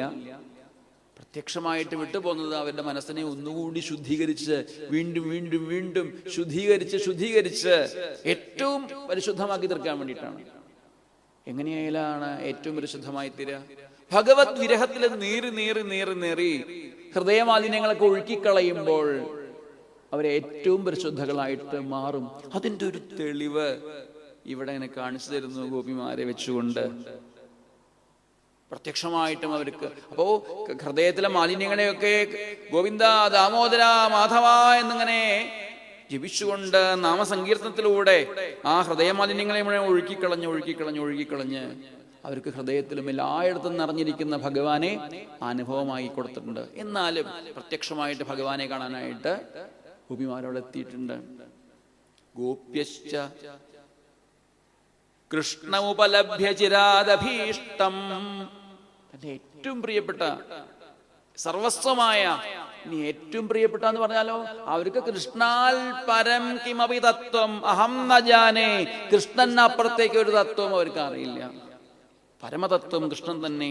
ഓരോരോ മണൽത്തരികളിലും കൃഷ്ണനെ കണ്ടുകൊണ്ട് അനുഭവിച്ചുകൊണ്ട് ജീവിക്കുന്ന അവസ്ഥയിലേക്ക് എത്തിയിരിക്കുന്നു ഗോപിമാര്. എന്നാലും പ്രത്യക്ഷമായിട്ട് ഭഗവാൻ വന്നപ്പോഴേക്കും ഭഗവാന്റെ അടുത്തേക്ക് എത്തിച്ചേർന്ന് ഈ ഗോപിമാര് എങ്ങനെയുള്ളവരായിരുന്നു? കൃഷ്ണൻ വൃന്ദാവനത്തില് മുമ്പിൽ ഇങ്ങനെ നിൽക്കുമ്പോഴേ അവർക്ക് സങ്കടം. എന്തിനാ സങ്കടപ്പെടുന്നത്?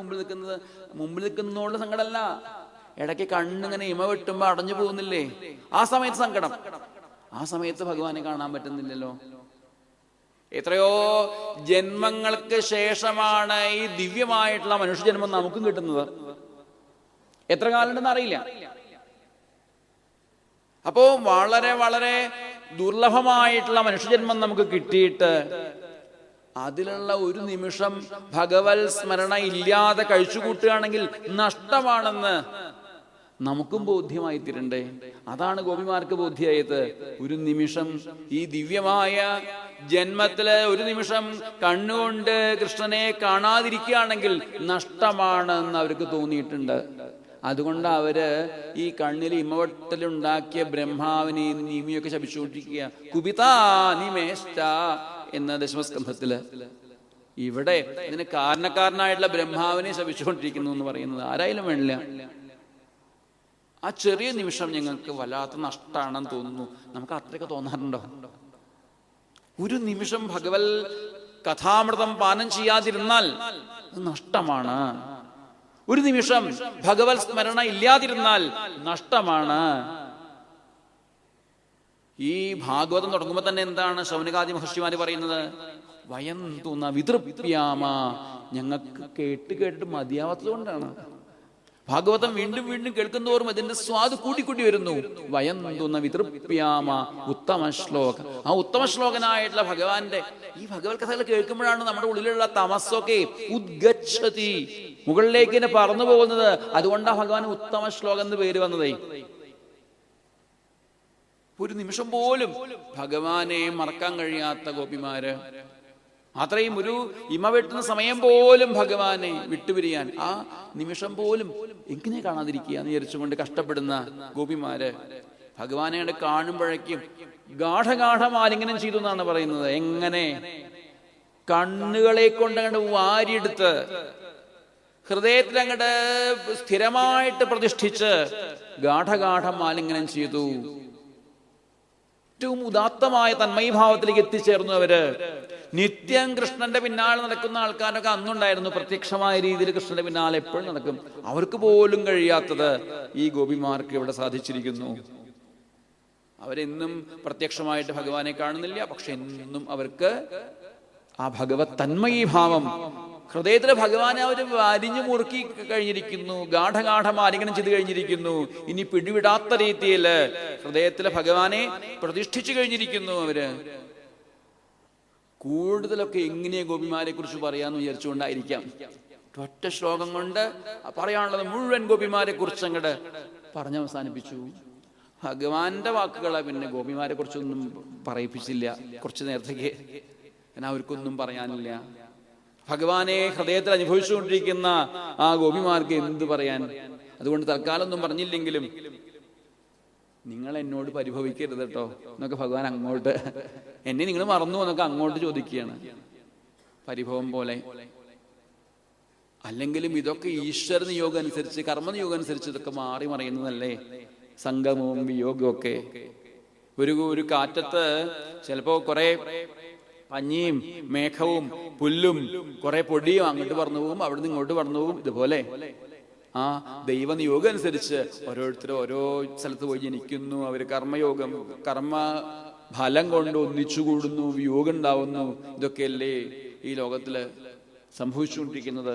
എന്തായാലും നിങ്ങൾക്ക് ഒരു കാര്യം ഉറപ്പായി, മൈ ഭക്തിരിഹി ഭൂതാനാം, എന്നിൽ ഭക്തി ചെയ്തവർക്ക് പിന്നെ ഈ ജന്മമരണമാകുന്ന സംസാരം അനുഭവിക്കേണ്ടി വരില്ല. അമൃതത്വായ കൽപ്പതേ, അമൃതാവസ്ഥയിലേക്ക് എത്താൻ അവർക്ക് സാധിക്കുന്നു. നിങ്ങൾക്കതുണ്ടായിരിക്കുന്നു. നിങ്ങൾക്കൊരു ജന്മമില്ല, കർമ്മമില്ല, നിങ്ങളുടെ ജന്മം സഫലമായി തീർന്നിരിക്കുന്നു. എല്ലാം ഈ ലോകത്തിന്റെ പഞ്ചഭൂതങ്ങളെ കൊണ്ട് കുറെ സാധനങ്ങൾ ഉണ്ടാവും. ആദ്യം പഞ്ചഭൂതമാണ്, പിന്നെ അത് പഞ്ചഭൂതം പല പല പേരും നാളും അല്ലെങ്കിൽ പേരും രൂപവും അവര് വരും. അത് കഴിഞ്ഞ് കുറച്ച് കഴിഞ്ഞാൽ വീണ്ടും പഞ്ചഭൂതമായിട്ട് മാറും.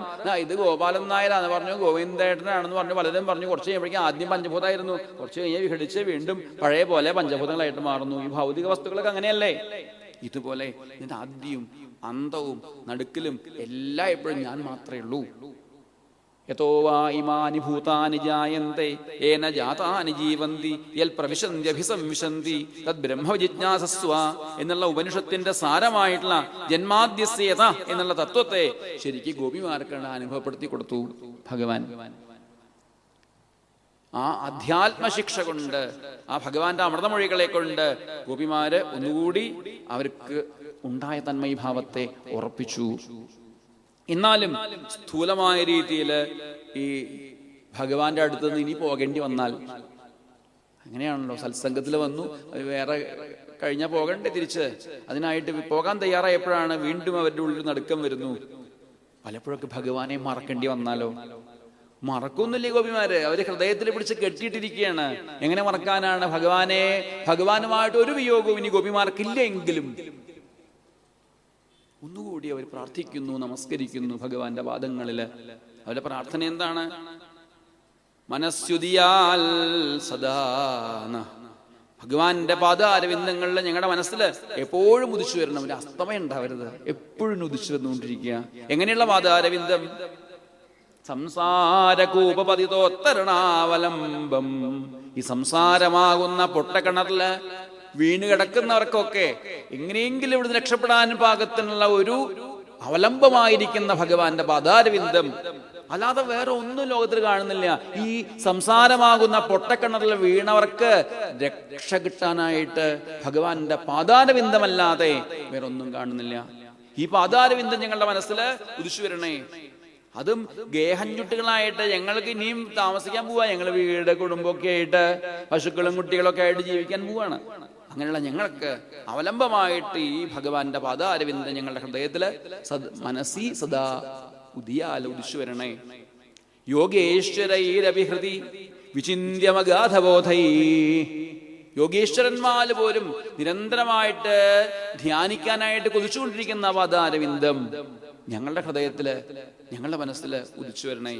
അല്ലാതെ വേറൊന്നും ഞങ്ങൾക്ക് പ്രാർത്ഥിക്കാനില്ല എന്ന് പ്രാർത്ഥിച്ചുകൊണ്ട് ഇന്ന് നമസ്കരിക്കുന്നു. ഈ ഗോപിമാര് പണ്ട് പറഞ്ഞതാണ്, അല്ലെങ്കിൽ ഗോപിമാരുടെ ഭാവം എന്താ ശരിക്കും പറഞ്ഞാൽ, ഇവരെന്നെ പറയും അഗ്രഹാണാമഗ്രത, ഞങ്ങൾ വീടില്ലാത്തവരാണ് എന്നൊക്കെ പറയും. പക്ഷെ അവര് താമസിക്കുന്നത് എവിടെയാ? വീട്ടിലാണ്. ഞങ്ങൾക്ക് ഒരു കർമ്മബന്ധങ്ങളും ഇല്ലാത്തവരാണ്, ഞങ്ങൾ ഒന്നുമില്ലാത്തവരാണ്, എന്നാലും വെണ്ണയും പാലും വിറ്റ് ജീവിക്കുന്നവരാണ്. ഒക്കെ കൂടി യോജിക്കില്ലല്ലോ. പുറമേക്ക് വെണ്ണ വിറ്റോട്ടെ, പാല വിറ്റോട്ടെ, പശുവിനെ കടന്നോട്ടെ, മുറ്റം അടിച്ചു വാരിക്കോട്ടെ, ഗൃഹത്തിൽ താമസിച്ചോട്ടെ, അതൊന്നും അവരെ ബന്ധിക്കുന്നില്ല. അതോ എല്ലാം അവർ ഭഗവന്മയമായി കണ്ടുകൊണ്ടിരിക്കുന്നു, എല്ലാം കൃഷ്ണമയമായി കണ്ടുകൊണ്ടിരിക്കുന്നു. എന്തും ഭഗവാനുമായിട്ട് ബന്ധിപ്പിച്ചുകൊണ്ട്. അതാണ് നമുക്കും കിട്ടേണ്ടത്. നമ്മളും ഗോപിമാരും നമ്മളെ പോലൊക്കെ ജീവിക്കുന്നുണ്ട്. അവരുടെ ജീവിത സാഹചര്യം എന്ന് പറഞ്ഞു കഴിഞ്ഞാൽ കാൽത്തണിയിക്കുക, ഗൃഹമൊക്കെ ഒന്ന് വൃത്തിയാക്കുക, കുളിക്കുക തുടങ്ങിയിട്ടുള്ള കാര്യങ്ങൾ നമ്മളതൊക്കെ തന്നെ ചെയ്യാറ്. കാലത്തന്നെ കുളിക്കാറുണ്ട്, ഗൃഹമൊക്കെ വൃത്തിയാക്കാറുണ്ട്, അല്ലെങ്കിൽ ഭക്ഷണം ഉണ്ടാക്കാറുണ്ട്. ഭക്ഷണം ഉണ്ടാക്കാൻ വേണ്ടി പശുവിനെ കറക്കുക, പാല് കാച്ച, ഇതൊക്കെ അവരുടെ ഗൃഹകൃത്യങ്ങളായിരുന്നെങ്കിലും നമ്മുടേതായ ജോലിയും ഗൃഹകൃത്യങ്ങളും നമുക്കും ചെയ്യാനുണ്ട് കർമ്മപ്രാരബ്ധം അനുസരിച്ച്. അവരെ ഓരോ കർമ്മവും ഭഗവാനെ സ്മരിച്ചുകൊണ്ട് ഭഗവത് സ്മരണയോടുകൂടി ചെയ്തു തീർത്തു, എല്ലാം മറന്നുകൊണ്ട്. ഈ കർമ്മങ്ങളൊക്കെ ആയിട്ടുള്ള അവർക്കുള്ള കണക്ഷൻ ഉണ്ടായിരുന്നില്ല മനസ്സുകൊണ്ട്.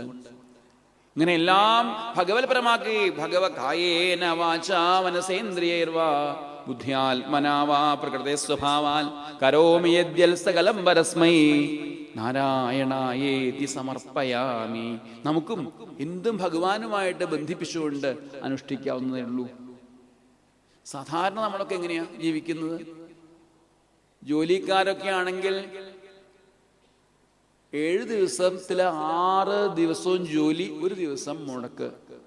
ഇടയ്ക്കിടയ്ക്ക് കലണ്ടറിലേക്ക് നോക്കും. ചുവന്ന അക്ഷരം കണ്ട എന്തൊരു സന്തോഷ. എന്നാൽ 6 ദിവസം അപ്പുറത്ത് കാണുമ്പോ 6 ദുഃഖം വരുന്നത്. 1 സന്തോഷം 6 ദുഃഖം. ഈ കലണ്ടർ മുഴുവൻ നമുക്ക് ചോപ്പാക്കി മാറ്റാം. എപ്പോഴത്? എന്ത് കർമ്മവും ഭഗവത് പരമാക്കി തീർക്കുമ്പോൾ, അതിൽ ഇഷ്ടം വരുമ്പോൾ, അതിലേക്ക് താല്പര്യം വരുമ്പോൾ. എങ്ങനെ താല്പര്യം വരിക? ഇഷ്ടമായി തീരുക. ഭഗവാനെ സമർപ്പിച്ചുകൊണ്ട്, ഇത് നമുക്ക് വേണ്ടിയാന്നുള്ള ഭാവത്തോട് കൂടിയിട്ട് ഭഗവാനെ സമർപ്പിച്ചുകൊണ്ട് ആക്കി തീർക്കുമ്പോൾ അത് ഇഷ്ടമായിട്ട് മാറും. ഏത് കർമ്മവും ഭഗവാനുള്ള പൂജയാക്കി മാറ്റാം. നമുക്ക് ഏത് ദിവസവും ഒരേപോലെ ആനന്ദം. അടുത്ത് ജോലി ഇല്ലാത്ത ദിവസം സന്തോഷം, ജോലിയുള്ള ദിവസം സങ്കടം. ഏത് ജോലിയും നമുക്ക് ഇഷ്ടമാക്കി മാറ്റിക്കൂടെ? അപ്പൊ സന്തോഷിക്കാം, എപ്പോഴും ആനന്ദിക്കാം. അല്ലാതെ ആഴ്ചയിൽ 1 ദിവസം സുഖിക്കുക, 6 ദിവസം ദുഃഖിക്കുക. എന്തിനാ നഷ്ടപ്പെടുത്തുന്ന ജീവിതം? നഷ്ടപ്പെടുത്താനാണോ ഈ വിശേഷ ജന്മം കിട്ടിയിട്ട്? 7 ദിവസം ദുഃഖിക്കാനും 6 ദിവസം ദുഃഖിക്കാനും 1 ദിവസം സുഖിക്കാനുമാണ്? അല്ല, എപ്പോഴും ആനന്ദിക്കാം. ഭഗവത് സ്മരണയോട് കൂടിയാക്കി തീർത്തു കഴിഞ്ഞാൽ എപ്പോഴും ഞങ്ങളുടെ മനസ്സിൽ ഭഗവാന്റെ ദിവ്യമായ സ്വരൂപം ഉദിച്ചു വരണേ, ഭഗവാന്റെ പാതാരവിന്ദങ്ങൾ ഉദിച്ചു വരണേ എന്നൊക്കെ ഗോപിമാര് പ്രാർത്ഥിക്കുമ്പോൾ നമുക്കും ഒപ്പം ഇന്നും ഈ സത്സംഗത്തില്, ഇന്നും ഈ തീർത്ഥാടനത്തില് നമുക്കും പ്രാർത്ഥിക്കാവുന്നതാണ് ഭഗവാനോട്. പിന്നെ എങ്ങനെയാണ് നിങ്ങളെയൊക്കെ ഭഗവാൻ വിവാഹം കഴിച്ചതെന്ന് ചോദിക്കുന്നുണ്ട് പാഞ്ചാലി ഭഗവാന്റെ പത്നിമാരോട്. ഓരോരുത്തരും ഭഗവാൻ തങ്ങളെ വിവാഹം കഴിച്ച കഥകൾ പറയുന്നു. ഇത് വെറും ഒരു കല്യാണ കഥ മാത്രമാണെന്ന് വിചാരിക്കരുത്. ഭഗവാന്റെ അടുത്ത് എത്തിയ ഭാഗവതന്മാര് തങ്ങളൊക്കെ എങ്ങനെയാണ് ഭഗവാന്റെ അടുത്ത് എത്തിയത് എന്നുള്ള വിവിധ മാർഗങ്ങളിലൂടെ എത്തിയ ആ പദ്ധതികളെയാണ് പറഞ്ഞുകൊണ്ടിരിക്കുന്നതെന്ന് ചിന്തിക്കേണ്ടതാണ്. അതുകൊണ്ടാണ് അവർക്കൊക്കെ ഒരൊറ്റ പ്രാർത്ഥനയുള്ളൂ. എന്നും ആ വ്രജസ്ഥലെ സ്ത്രീകൾ പ്രാർത്ഥിച്ച പോലെ ഭഗവാന്റെ പാദ സേവ, ആ പാദ സ്മരണം എന്നും ഞങ്ങൾക്കുണ്ടാവണേ എന്ന് അവരൊക്കെ പ്രാർത്ഥിക്കുന്നു. പിന്നെ ഭഗവാൻ സത്സംഗത്തിലെ കുടുംബസമേതം വന്നു എന്ന് കേട്ട് അങ്ങനെയാണ് നമ്മുടെ ജീവിതവും വേണ്ട രീതിയിൽ സത്സംഗമാക്കി തീർത്തു കഴിഞ്ഞാൽ സജ്ജനങ്ങൾ ഒഴുകി വരും നമ്മുടെയും ഗൃഹത്തിലേക്ക്, നമ്മുടെയും ജീവിതത്തിലേക്ക്. പിന്നെ പ്രവാഹമാണ്, ഭഗവാനെ കാണാൻ വേണ്ടിയിട്ടുള്ള പ്രവാഹമാണെങ്കിൽ നമ്മളും ഇന്ന് ഭാഗവത സ്വരൂപനായ ഭഗവാനെ നമ്മളും ഇവിടുന്ന് പോകുമ്പോൾ ഗൃഹത്തിലേക്ക് കൊണ്ടുപോവുകയാണെങ്കിൽ, ഈ ഭഗവാനെ കൊണ്ടുപോവുകയാണെങ്കിൽ സജ്ജനങ്ങൾ അങ്ങോട്ട് ഓടി വന്നുകൊണ്ടിരിക്കും. എല്ലാ ഐശ്വര്യങ്ങളും നമ്മുടെ ഗൃഹത്തിലേക്ക് ഓടി വന്നുകൊണ്ടിരിക്കും. സജ്ജനങ്ങൾ വന്നാൽ പിന്നെ എങ്ങനെയാ ഐശ്വര്യം ഇല്ലാതിരിക്കുക? മഹർഷിമാരിനെ ഒഴുകി വന്നുകൊണ്ടേയിരിക്കുന്നു. അവരെയൊക്കെ കണ്ട് ഭഗവാനെ എണീറ്റങ്ങനെ നമസ്കരിച്ചു. എന്തിനാ ഭഗവാൻ എണീറ്റ് നമസ്കരിച്ചത്? ഇവരൊക്കെ ഭഗവാനെ നമസ്കരിക്കാൻ വേണ്ടി വന്നവരാ. അവരൊക്കെ ഭഗവാൻ എണീറ്റ് നമസ്കരിക്കേണ്ട വല്ല കാര്യമുണ്ടോ ചോദിക്കുകയാണെങ്കിൽ അത് കണ്ടിട്ട് വേണം ഇനിയുള്ള ആൾക്കാരൊക്കെ, കുട്ടികളും ബാക്കിയുള്ളവരൊക്കെ വീണ് നമസ്കരിക്കാൻ. മഹാത്മാക്കളെ കണ്ടാൽ വീണ് നമസ്കരിക്കുന്ന ഭഗവാൻ പറഞ്ഞ് പ്രസംഗിച്ച് നേരിയൊക്കെയല്ല, പ്രവർത്തിച്ച് നേരിയൊക്കെയായിരുന്നു. ഭഗവാനാണ് നമസ്കരിച്ചപ്പോൾ എല്ലാവരും നമസ്കരിച്ചു. അവരെയൊക്കെ നമസ്കരിച്ചുകൊണ്ട് ഭഗവാൻ പറയാണ്, ഹോ വയം ജന്മഭൃതം, ജന്മം നേടിയ ഞങ്ങളൊക്കെ ഭാഗ്യവാന്മാരായി നിങ്ങളെ കണ്ടപ്പോൾ. ആരാ പറയുന്നത്? ജഗദീശ്വരനായ ഭഗവാൻ മഹർഷിമാരോട് പറയാണ്, ദേവാനാപി ദുഷ്പ്രാപം യദ് യോഗേശ്വര ദർശനം. ദേവന്മാർക്ക് പോലും എളുപ്പമല്ലാത്തതാണ് നിങ്ങളെ പോലുള്ള മഹാത്മാക്കളെ കണ്ടുമുട്ടല്. അതുകൊണ്ട് ഭാഗ്യം ഭാഗ്യം എന്ന് ഭഗവാൻ പറയുന്നു. സജ്ജനങ്ങളെ കണ്ട് വീണ് നമസ്കരിച്ചുകൊണ്ട്, മഹർഷിമാരെ കണ്ട് നമസ്കരിച്ചുകൊണ്ട്. പിന്നെ ഈ തീർത്ഥങ്ങളിൽ പോയിട്ട് കുളിക്കുക. പലതരത്തിലുള്ള വിഗ്രഹങ്ങളുണ്ടാവും. മണ്ണുകൊണ്ടുള്ള വിഗ്രഹങ്ങൾ, ലോഹങ്ങൾ കൊണ്ടുള്ള വിഗ്രഹങ്ങൾ വളരെ പ്രസിദ്ധമായിട്ടുള്ള ക്ഷേത്രങ്ങളിലൊക്കെ ഉണ്ടാവും. അവിടെയൊക്കെ കണ്ടുപോയി അതൊക്കെ ഭഗവാനാണെന്ന ഭാവത്തോടു കൂടി നമസ്കരിക്കുക. അങ്ങനെ കുറേ തീർത്ഥാടനവും ക്ഷേത്രാടനവും നടത്തി കഴിഞ്ഞാൽ കുറച്ച് പുണ്യം ഉണ്ടാവും.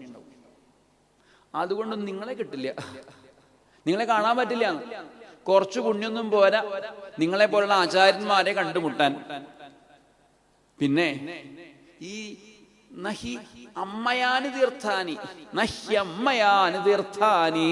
ഈ തീർത്ഥങ്ങൾ പറഞ്ഞ വെള്ളമാണല്ലോ, ജലമയങ്ങളാണല്ലോ തീർത്ഥങ്ങൾ നമ്മൾ പറഞ്ഞുകൊണ്ടിരിക്കുന്നത് സാധാരണ. ഈ ജലമയങ്ങളാവുന്ന തീർത്ഥങ്ങള് ഉരുകാലേന പുനന്തി, അനവധി കാലം കൊണ്ടാണ് ഒരാളെ ശുദ്ധീകരിക്കുക. കുറേ കാലം ഏതെങ്കിലും പുണ്യതീർത്ഥത്തിൽ പോയിട്ട് മുങ്ങിക്കഴിഞ്ഞാൽ കുറച്ച് ശുദ്ധിയൊക്കെ വരും. അതുപോലെ മൃച്ഛിലാമയാ ദേവാ, മണ്ണുകൊണ്ടും ശില കൊണ്ടും ലോഹം കൊണ്ടും ഒക്കെ ഉണ്ടാക്കിയുള്ള ദേവന്മാരുണ്ടല്ലോ ക്ഷേത്രങ്ങളിലൊക്കെ. ആ ദേവന്മാരും നമ്മളെയൊക്കെ ശുദ്ധീകരിക്കും കുറേ കാലം കൊണ്ട്. പക്ഷെ എളുപ്പത്തിൽ ശുദ്ധീകരിക്കാൻ വഴിയുണ്ട്. എളുപ്പത്തിൽ ശുദ്ധമായി തീരണമെങ്കിൽ ദർശനാദേവ സാധവ, സജ്ജനങ്ങളെ കണ്ടാൽ മതി, അവരുടെ ദൃഷ്ടിപഥത്തിൽ പെട്ടാൽ തന്നെ ശുദ്ധമായി തീരും. അത്രയും ദിവ്യമായതാണ് സത്സംഗം എന്ന് മഹർഷിമാരെ നമസ്കരിച്ചുകൊണ്ട് ഭഗവാൻ പ്രഖ്യാപിക്കുന്നു. അപ്പോ സജ്ജനങ്ങളെ കണ്ടുമുട്ടാൻ വേണ്ടി വേണമെങ്കിൽ തീർത്ഥാടനം നടത്താം, ക്ഷേത്രാടനം നടത്താം. ക്ഷേത്രാടനവും തീർത്ഥാടനവും കുറെ നടത്തി കുറെ പുണ്യം സമ്പാദിക്കുമ്പോ സജ്ജനങ്ങളെ കണ്ടുമുട്ടാനുള്ള ഭാഗ്യം ഉണ്ടാവും. പിന്നെ അഗ്നി ഉപാസിക്കുന്നവര്, സൂര്യനെ ഉപാസിക്കുന്നവര്, ചന്ദ്രനെ ഉപാസിക്കുന്നവര്, നക്ഷത്രങ്ങളെ ഉപാസിക്കുന്നവര്, അതുപോലെ ജലത്തെ ഉപാസിക്കുന്നവര്, പല രീതിയിലുള്ള ഉപാസനാ പദ്ധതികളൊക്കെ നടത്തുന്നവരുണ്ട്. അവർക്കും ഭേദബുദ്ധി ഒന്നും നശിക്കില്ല. ഞാൻ ഉപാസിക്കുന്ന ആള് ഉപാസനാമൂർത്തി എന്നൊക്കെയുള്ള ഭാവത്തോട് കൂടിയിട്ട് അവരുടെയും പാപം നശിക്കുന്നുണ്ടാവില്ല. ഉപാസിച്ച് എന്തെങ്കിലുമൊക്കെ നേടിയെടുക്കാന്ന് മാത്രമേ ഉള്ളൂ, പാപം നശിക്കുന്നില്ല. അതിന് ഒരു വഴിയുണ്ട് എളുപ്പമായിട്ട്. അതെന്താ? വിപശ്ചിതോഘ്നന്തി മുഹൂർത്ത സേവയാ. സജ്ജനങ്ങള് ഒരു ചെറിയൊരു നിമിഷം അവരെ സേവിച്ചാൽ മതി. ആ സേവ കൊണ്ട് തന്നെ സജ്ജനങ്ങളുടെ അടുത്തൊരു നിമിഷത്തിന്റെ പകുതി ഉണ്ടായാൽ മതി. ആ സമയം കൊണ്ട് തന്നെ പാപങ്ങളെ നശിപ്പിക്കുന്നു. അത്രയും മഹത്വമുണ്ട് സത്സംഗത്തിന് എന്ന് ഭഗവാൻ ഉച്ചൈസ്തരം പ്രഖ്യാപിക്കുകയാണ്. പിന്നെ ഈ ശരീരം എങ്ങനെയുള്ളതാണ്? യസ്യാത്മബുദ്ധി ഗുണപേ ത്രിധാതുകേ, പഞ്ചഭൂതാത്മകമായിട്ടുള്ള ശവതുല്യമായിട്ടുള്ളതാണ് ശരീരം. അല്ലെ, മരിച്ചു കഴിഞ്ഞാലും ശരീരം എന്ന് പറയും, മരിക്കുന്നവരെ ഞാനെന്നും പറയും. മരിച്ചു കഴിഞ്ഞ ആൾക്കാരെന്താ പറയാറ്? ബോഡി കൊണ്ടുവന്നു, ശരീരം കൊണ്ടുവന്നു. അതുവരെ എന്തെങ്കിലുമൊക്കെ പേരൊക്കെ ഉണ്ട്, അത് പിന്നെ അതൊന്നും പറയില്ല, ബോഡി കൊണ്ടു, ഇത്രേ ഉള്ളൂ. അങ്ങനെയുള്ളതാണ് ശരീരം എന്ന് പറഞ്ഞു കഴിഞ്ഞാൽ. ഗുണപേ ത്രിധാതുകേ, ത്രിധാതുക്കളോട് കൂടിയിട്ട്. ത്രിധാതുക്കൾ എന്താന്ന് നേരത്തെ പറഞ്ഞില്ലേ? ഊണ് കഴിഞ്ഞപ്പോഴേക്കും മറന്നുപോയിട്ടില്ലല്ലോ. കഫപിത്ത വാതങ്ങളാകുന്ന ത്രിധാതുക്കളോട് കൂടിയ ഈ ശവതുല്യമായിട്ടുള്ള ശരീരം, അതിൽ ഞാൻ എന്നുള്ള വിചാരം. പിന്നെയോ അതുമായിട്ട് ബന്ധപ്പെട്ട ആൾക്കാരോട്, ഭാര്യ കുട്ടികളോടൊക്കെ എൻ്റെ എന്നുള്ള വിചാരം. പിന്നെ ഇത് നേരത്തെ പറഞ്ഞ പോലെ കുറച്ച് വെള്ളമൊക്കെ കണ്ട തീർത്ഥ എന്നുള്ള ഭാവം, കുറച്ച് വിഗ്രഹങ്ങൾ കണ്ടു കഴിഞ്ഞാൽ അത് ഈശ്വരൻ എന്നുള്ള ഭാവം. ഇതൊക്കെ ആയിക്കോട്ടെ. എന്നാ വേറൊരു കാര്യം കൂടി ഇതിൽ കൂടെ ഉണ്ടായാൽ മതിയായിരുന്നു. എന്ത്? സജ്ജനങ്ങളോട് തീർത്ഥബുദ്ധി, സജ്ജനങ്ങളെ കണ്ട ബഹുമാനം. അത് മാത്രമല്ല, ബാക്കിയൊക്കെ ഉണ്ട്. എൻ്റെ ശരീരമാണ്, എൻ്റെ ഭാര്യയാണ്, എൻ്റെ കുട്ടികള്.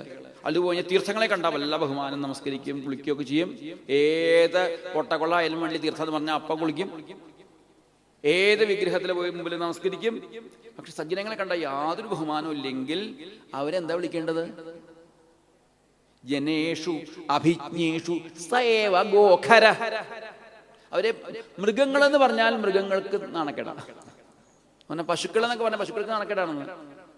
ആ പശുക്കൾക്ക് തീറ്റ കൊടുക്കുന്ന അല്ലെങ്കിൽ പുല്ല് കൊണ്ടുപോകുന്ന കഴുതാന്ന് വിളിച്ചാൽ മതി. സേവ ഗോഖര. സജ്ജനങ്ങളിൽ യാതൊരു ബഹുമാനവും ഇല്ലാതെ എന്തൊക്കെ കർമ്മങ്ങൾ ചെയ്താലും അവരെ വിളിക്കേണ്ടത് കഴുത എന്ന് വിളിച്ചാൽ മതി. കഴുതാന്ന് വിളിച്ചാൽ കഴുതയ്ക്ക് അപമാനമാകുമെന്ന് മാത്രമേ ഞാൻ ആലോചിക്കേണ്ടൂ. അതുവരെ പറഞ്ഞു വെച്ചു. അത്രയും സത്സംഗത്തിന് മഹത്വം ഭഗവാൻ പ്രഖ്യാപിച്ചുകൊണ്ട് സജ്ജനങ്ങളെ ഇവിടെ നമസ്കരിക്കുന്നു. ഇതൊക്കെ കേട്ട് മഹർഷിമാരും മിണ്ടാതിരുന്നു. എന്താ ഇതിനൊക്കെ പറയാ മറുപടി?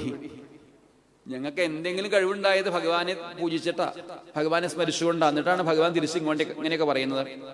എന്നാലും ഭഗവാന്റെ മാഹത്വത്തെ, ഭഗവാന്റെ അവതാരം സജ്ജനങ്ങളെ അനുഗ്രഹിക്കാൻ വേണ്ടിയിട്ടും ദുഷ്ടപരിപാലനത്തിനും വേണ്ടിയിട്ടുമാണ് അവതാരം എന്നുള്ള ഭാവത്തോട് കൂടിയിട്ട് ഭഗവാന്റെ തൃപ്പാദങ്ങളിൽ വീണ്ടും നമസ്കരിക്കുന്നു മഹർഷിമാരും. ഈ ബ്രഹ്മകുലം, ബ്രാഹ്മണകുലം ഭഗവാന്റെ ഹൃദയമാണത്രേ. എന്തുകൊണ്ട്? ഈ കാരണ സ്വരൂപേണ സർവത്ര വിളങ്ങിക്കൊണ്ടിരിക്കുന്ന പരബ്രഹ്മം തന്നെയായിരിക്കുന്ന ആ ഭഗവാൻ, ആ ഭഗവാന്റെ ഹൃദയമാണ് ബ്രാഹ്മണകുലം. എന്തുകൊണ്ട്? തപസ്വാധ്യായ സംയമൈ. തപസ്, വേദ അധ്യയനം, അതുപോലെ ഇന്ദ്രിയ നിഗ്രഹം, ഈ കാര്യങ്ങളൊക്കെ അഭ്യാസങ്ങളെ കൊണ്ട് ഏതൊരു കുലമാണോ നിലനിർത്തിക്കൊണ്ടിരിക്കുന്നത് ആ കുലമാണല്ലോ ബ്രാഹ്മണകുലം. ആ ബ്രാഹ്മണകുലം ഭഗവാന്റെ ഹൃദയമാണ് എന്ന് മഹർഷിമാരെ പ്രഖ്യാപിക്കുന്നു. അങ്ങനെയാണ്, അതുകൊണ്ടാണല്ലോ അങ്ങനെ പറയുന്നത്. അതുകൊണ്ടാണ് ഭഗവാൻ ഇങ്ങനെയൊക്കെ ബഹുമാനിച്ചത്, ബ്രാഹ്മണ ഭക്തി കാണിച്ചത്. ഇന്ന് തിരിച്ചും മഹർഷിമാര് ഭഗവാനെയും നമസ്കരിക്കുന്നുണ്ട്. അതിൻ്റെ ഇടയിലാണ് വസുദേവർ ചോദിക്കുന്നത്, 3 തരത്തിലുള്ള കർമ്മങ്ങൾ ഉണ്ടെന്നൊക്കെ കേട്ടിട്ടുണ്ട്, കടപ്പാടുകളെ കുറിച്ചൊക്കെ കേട്ടിട്ടുണ്ട്, അതിനെക്കുറിച്ച് എന്താ അഭിപ്രായം ഒന്ന് പറഞ്ഞു തരണം. അപ്പോൾ നാരദ മഹർഷിയാണ് അവിടെ വെച്ച് പറയുന്നത്, ഇതൊന്നും അത്ഭുതം ഒന്നും ഇല്ല കേട്ടോ. എന്ത് ഈ വസുദേവർക്ക് ഇങ്ങനെ സംശയം? ജഗദീശ്വരനായ ഭഗവാനെ പുത്രനായിട്ട് കിട്ടി, ഭഗവാന്റെ എല്ലാ മഹത്വവും അറിയാനായുള്ള എല്ലാ സാഹചര്യം ഉണ്ടായിട്ട് അദ്ദേഹത്തിന് സംശയം. പോ അത്ഭുതമൊന്നുമില്ല, ഭഗവാന്റെ മായ എന്ന് പറഞ്ഞാൽ മതി, അത് സ്വാഭാവികമാണ്. ഗാംഗം ഹിത്വായ ധാന്യാംഭ, ഗംഗയെ വിട്ട് ആൾക്കാർ ദൂരെ പോയിട്ട് കുളിക്കാറുണ്ട്. ഇവിടെ നിന്നുള്ള നമ്മളൊക്കെ എന്തെങ്കിലുമൊക്കെ പാപം ഉണ്ടെങ്കിൽ ഇവിടുന്ന് ഗംഗയിൽ പോയിട്ട് സ്നാനം ചെയ്യും. ഗംഗയുടെ അടുത്തുള്ളവരോ എന്തെങ്കിലുമൊക്കെ പാപം ഉണ്ടെന്ന് അവിടെ ഏതെങ്കിലും പണ്ഡിതന്മാർ പറഞ്ഞു കഴിഞ്ഞാൽ അവിടുന്ന് ട്രെയിൻ പിടിച്ച് ഇവിടെ വരും, ഇവിടെ നമ്മുടെ അടുത്തുള്ള കുളത്തിൽ വന്ന് കുളിക്കും. ദൂരേവാദ്യയനം തീർത്ഥം, ഇതാണ് കലികാലത്തെ അവസ്ഥ. അപ്പൊ ഗാംഗം ഹിത്വായ ധാന്യാംഭ, ഗംഗയെ വിട്ട് ദൂരെ പോലെ പോയി അവിടെയുള്ള വെള്ളം തീർത്ഥമാണെന്ന് കണക്കാക്കിയിട്ട് ആൾക്കാര് പ്രവർത്തിക്കാറുണ്ട്. ഈ മുറ്റത്തെ മുല്ലയ്ക്ക് മണല്ല എന്നൊക്കെ പറയുന്ന പോലെ സാരില്ല എന്ന് വെക്കുക. 3 കടപ്പാട് ഓരോരുത്തർക്കും ഉണ്ട്. ജന്മം കിട്ടുമ്പോൾ തന്നെ കടപ്പാടുകളെ കുറിച്ച് പറയുന്നു. കർമ്മ അധ്യയനം, അധ്യയനങ്ങളിലൂടെയൊക്കെ യജ്ഞമൊക്കെ ചെയ്യുമ്പോൾ 3 തരത്തിലുള്ള അധ്യയനങ്ങളിലൂടെയൊക്കെ 3 തരത്തിലുള്ള ഏഷണകൾ നമ്മളെ വിട്ടുപിരിഞ്ഞു പോകുന്നു. മനുഷ്യനുണ്ടാവാവുന്ന പ്രധാനമായിട്ടുള്ള 2-3 ഏഷണയാണ് വിത്തേഷണ, പിന്നെ ദാരേഷണ, പുത്രേഷണ അല്ലെങ്കിൽ ദാരാദികളിലുള്ള ഏഷണ, പിന്നെ അടുത്തത് ലോകേഷണ. വിത്തേഷണ യജ്ഞങ്ങൾ ചെയ്തുകൊണ്ട് നമുക്ക് ധനം ഉണ്ടാവുമ്പോൾ ധനം കൊണ്ട് നല്ല കർമ്മങ്ങൾ, സൽക്കർമ്മങ്ങൾ ചെയ്തുകൊണ്ട് ഒക്കെ ഭഗവാൻ സമർപ്പിച്ചുകൊണ്ട് ആക്കി തീർക്കുമ്പോൾ ആ വിത്തം ഇത്രയൊക്കെ ഉള്ളൂ എന്ന് ബോധ്യം വരും, ധനം കൊണ്ട് ഇത്രയൊക്കെ കാര്യമുള്ളൂ എന്ന് ബോധ്യം വരും.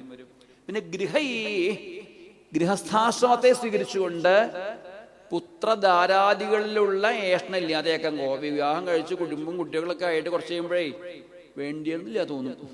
ഇതന്നെ ഇത് മടുക്കുന്ന അർത്ഥം. കുറച്ച് കഴിഞ്ഞാൽ വിരസത വരും, അപ്പൊ തന്നെ ആ ഏഷണ ഇല്ലാതെയാവും. വിവാഹം കഴിക്കുന്നവരാ അല്ലെങ്കിൽ എന്താ വിചാരിക്കുക, ഇതൊക്കെ പഞ്ചാര പായസം വിചാരിച്ചുകൊണ്ടാണ് ആൾക്കാർ ഇരിക്കുക. വിവാഹം കഴിച്ച അത്യാവശ്യം എന്താ പറയാ പ്രാരബ്ധമൊക്കെ അനുഭവിച്ച് ഇതൊക്കെ നിസ്സാരാണെന്ന് ഒരുപാട് ബുദ്ധിമുട്ടൊക്കെ അനുഭവിക്കുമ്പോൾ ആ ഏഷണയും തീരും. അപ്പൊ വേണ്ട രീതിയിൽ പൂർവികരായിട്ടുള്ള ആചാര്യന്മാര് നിർദ്ദേശിച്ച പോലെ ഗൃഹസ്ഥാശ്രമത്തെ അനുഷ്ഠിക്കുമ്പോൾ ആ ഗൃഹേഷണയും അല്ലെങ്കിൽ ധാരാദികളിലും പുത്രന്മാരിലുള്ള ഏഷണം തീരും. പിന്നെ ഇതൊക്കെ കഴിഞ്ഞിട്ടേ മറ്റുള്ള ലോകങ്ങളിൽ പോകണം എന്നുള്ള ലോകേഷണ, വിവിധങ്ങളാകുന്ന ലോകങ്ങളിൽ പോയിട്ട് സ്വർഗത്തിലൊക്കെ പോയിട്ട് സുഖമായിട്ട് ജീവിക്കണം എന്നുള്ള ഏഷണ ഉണ്ടല്ലോ, അത് തീരാൻ എന്താ വഴി? അതിന് വിവേകത്തോടുകൂടി ചിന്തിച്ച് പുണ്യം ക്ഷയിച്ചു കഴിഞ്ഞാൽ എവിടെ പോയാലും അധപതനുണ്ടാവും. ശാശ്വതമായ സമാധാനത്തിന്, ശാശ്വതമായ ശ്രേയസ്സിന് ഭഗവാന്റെ തൃപാദങ്ങളിൽ ഭക്തിയാണ് വേണ്ടതെന്ന് ബോധിച്ചുകൊണ്ട് വിവേകം കൊണ്ട് ആ ലോകേഷണയും നമുക്ക് അതിജീവിക്കാം. 3 ദ്വിജനായി കഴിഞ്ഞാൽ, ബ്രാഹ്മണ ജന്മം കിട്ടിക്കഴിഞ്ഞാൽ 3 കടപ്പാടുണ്ടെന്ന് അവിടെ എടുത്തു പറയും. പിതൃക്കളോടും ഋഷിമാരോടും ദേവന്മാരോടും കടപ്പാടുണ്ട്. ദേവന്മാരുടെ കടപ്പാട് യജ്ഞങ്ങളിലൂടെയും പിതൃക്കളോടുള്ള കടപ്പാട്, പുത്രന്മാരിലൂടെയും മഹർഷിമാരുടെ കടപ്പാട് അധ്യയനത്തിലൂടെയും തീർത്ത് കടപ്പാടൊന്നും ഇല്ലാത്തൊരവസ്ഥയിലേക്ക് ഓരോ മനുഷ്യനും ഉയർന്നു വരണം നമ്മളെ ബോധിപ്പിക്കുന്നു. അങ്ങയ്ക്കൊരു കടപ്പാടുമില്ല. കാരണം ജഗദീശ്വരനായ ഭഗവാനെ പുത്രനായി കിട്ടിയ അങ്ങക്ക് എന്ത് കടപ്പാടാണ്? ഒരു കടപ്പാടില്ല. വേണമെങ്കിൽ ഒരു യാഗം ചെയ്യാന്നൊക്കെ പറഞ്ഞുകൊണ്ട് ഒരു യാഗമൊക്കെ നടത്തി. കുറച്ച് കഴിയുമ്പോഴേക്കും മഴ പെയ്തപ്പോഴാണ് യാഗത്തിന്റെ അവസാനം മഴയൊക്കെ ഉണ്ടായിത്രേ. കാലാവസ്ഥയൊക്കെ മാറിയില്ലേ, നമുക്കൊക്കെ തിരിച്ചു പോകേണ്ട സമയമായില്ലേ, ഇതൊക്കെ നിർത്തി പോവാറായില്ലേ എന്നൊക്കെ നമ്മളും ഇടയ്ക്ക് ക്ലോക്കിലേക്ക് കണ്ണോടിക്കുന്ന പോലെ അവർക്കും തോന്നി നിർത്താറായി എന്ന്, പോവാറായി. എന്നാലും കുറച്ചു നേരം കൂടിയൊക്കെ ഉണ്ടാവില്ലേ എന്നുള്ള ഭാവത്തില് നമ്മളും വിചാരിക്കുന്ന പോലെ ഒരു ദിവസം കൂടി കഴിഞ്ഞിട്ട് പോവാം എന്ന് പറഞ്ഞ് ഒരു ദിവസം കൂടി നീട്ടി. ഇന്ന് നാളെ അദ്യശ്വ ഇതി മാസാൻ ത്രീൻ, ഇന്ന് നാളെ എന്ന് പറഞ്ഞുകൊണ്ട് 3 മാസം അവർ തട്ടി മാറ്റിത്രേ. കാരണം ആനന്ദമൂർത്തിയായിട്ടുള്ള ഭഗവാനെ കൂടെയുള്ളത്. നമുക്ക് അങ്ങനെയൊക്കെ പറ്റുമോ? ജനുവരി 1 എന്ന് പറഞ്ഞിട്ട് ഈ ജനുവരി അല്ല അടുത്ത ജനുവരി അല്ലെങ്കിൽ എത്തിയാലോ, മാർച്ചിലേക്ക് എത്തിയാലോ പറ്റുമോ? ബുദ്ധിമുട്ടാവും. എന്നിങ്ങനെ സത്സംഗമായിട്ടിരിക്കുന്ന പറഞ്ഞ സുഖമാണ്. പക്ഷേ അതല്ല നമുക്ക് ഇന്ന് വേണ്ടത്. ഈ സത്സംഗങ്ങളിലൂടെ ഉൾക്കൊണ്ട കാര്യങ്ങള് പ്രാവർത്തികമാക്കുന്ന ഒരു സമൂഹത്തിന്റെ ആവശ്യമുണ്ട്. സമൂഹത്തിന് ഈ ഭാഗവതം വേണ്ട രീതിയിൽ കേട്ടവരെ ആവശ്യമുണ്ട്. ശരീരം കൊണ്ട് കേട്ടവരെ പോലും ആവശ്യമുണ്ട്. അങ്ങനെ പതിവില്ലേ? ശരീരം കൊണ്ട് മാത്രം കേൾക്കുക എന്ന് പറഞ്ഞാൽ സത്രത്തിലെ എന്തൊരു നിശബ്ദതയാ നോക്കുമ്പോഴാണ് ഇവിടുത്തെ കാര്യമില്ല കേട്ടോ. പകുതി ആൾക്കാർ ഉറക്ക. പിന്നെ ഏടൊക്കെ നിശബ്ദതയ്ക്ക് ചില നിൽക്കുന്നതാണ്, ചില കുറുക്കമ്പലിക്ക് കേൾക്കുത്രേ. അപ്പോ ചെറിയ ഭംഗം വരും. അങ്ങനെയല്ല, അത് ശരീരം കൊണ്ട് കേൾക്കണം. അതായാലും മതി. അത് മാത്രം പോരാ, ചെവി കൊണ്ടും കേൾക്കാറാവണം. ചെവി കൊണ്ട് ശ്രോത്രാഞ്ജലി ഉപസ്പൃശ്യ ധുനുതേ കർമ്മവാസന നശിപ്പിക്കാൻ പാകത്തിന് ചെവി കൊണ്ട് കേൾക്കണം. ക്രമേണ മനസ്സുകൊണ്ടും ബുദ്ധി കൊണ്ടും കേൾക്കണം. പോരാ, ഹൃദാ ശൃണ്വൻ ഹരേ കഥ, ഹൃദയം കൊണ്ട് ഈ ഭഗവാനെ ഹൃദയത്തിലേക്ക് വാരിയെടുത്തുകൊണ്ട്, ഭാഗവത സ്വരൂപനായ ഭഗവാനെ ഹൃദയത്തിലേക്ക് വാരിയെടുത്തുകൊണ്ട് യാത്രയാവാൻ കഴിയണം. അവരും അവിടുന്ന് പോകുമ്പോൾ ഒരു സാധനം മറന്നു വെച്ചുപോയി. ഭഗവാനിൽ ഉറപ്പിച്ചതായ മനസ്സ് തിരിച്ചെടുക്കാനായിട്ട് മറന്നുകൊണ്ട് അവർ പോയത് അത്രേ. ഇതാ നമുക്കും കഴിയേണ്ടത്.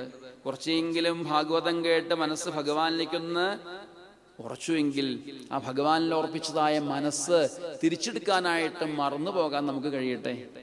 അതാണ് സാധിക്കേണ്ടത്.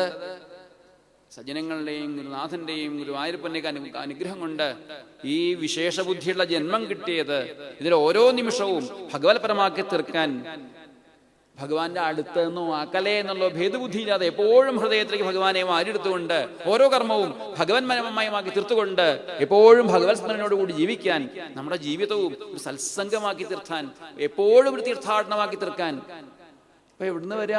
ഇവ പുരിയിൽ പോയിട്ട് വരിക തീർത്ഥാടനം. അതെ, അങ്ങനെ വല്ലപ്പോഴും പോയി വരില്ല, എപ്പോഴും ഭഗവത് പുരിയിലാവട്ടെ നമ്മുടെ മനസ്സ്, നമ്മുടെ ജീവിതം എപ്പോഴും ഭഗവത് സ്മരണയോട് കൂടിയിട്ട് ജീവിക്കാൻ നമുക്ക് സാധിക്കട്ടെ പ്രാർത്ഥിച്ചുകൊണ്ട് നമുക്കും ഓരോ വാക്കുകളും എല്ലാം ഭഗവാന്റെയും ഗുരുനാഥന്റെയും തൃപാദാരവിന്ദങ്ങളിൽ സമർപ്പിക്കാം.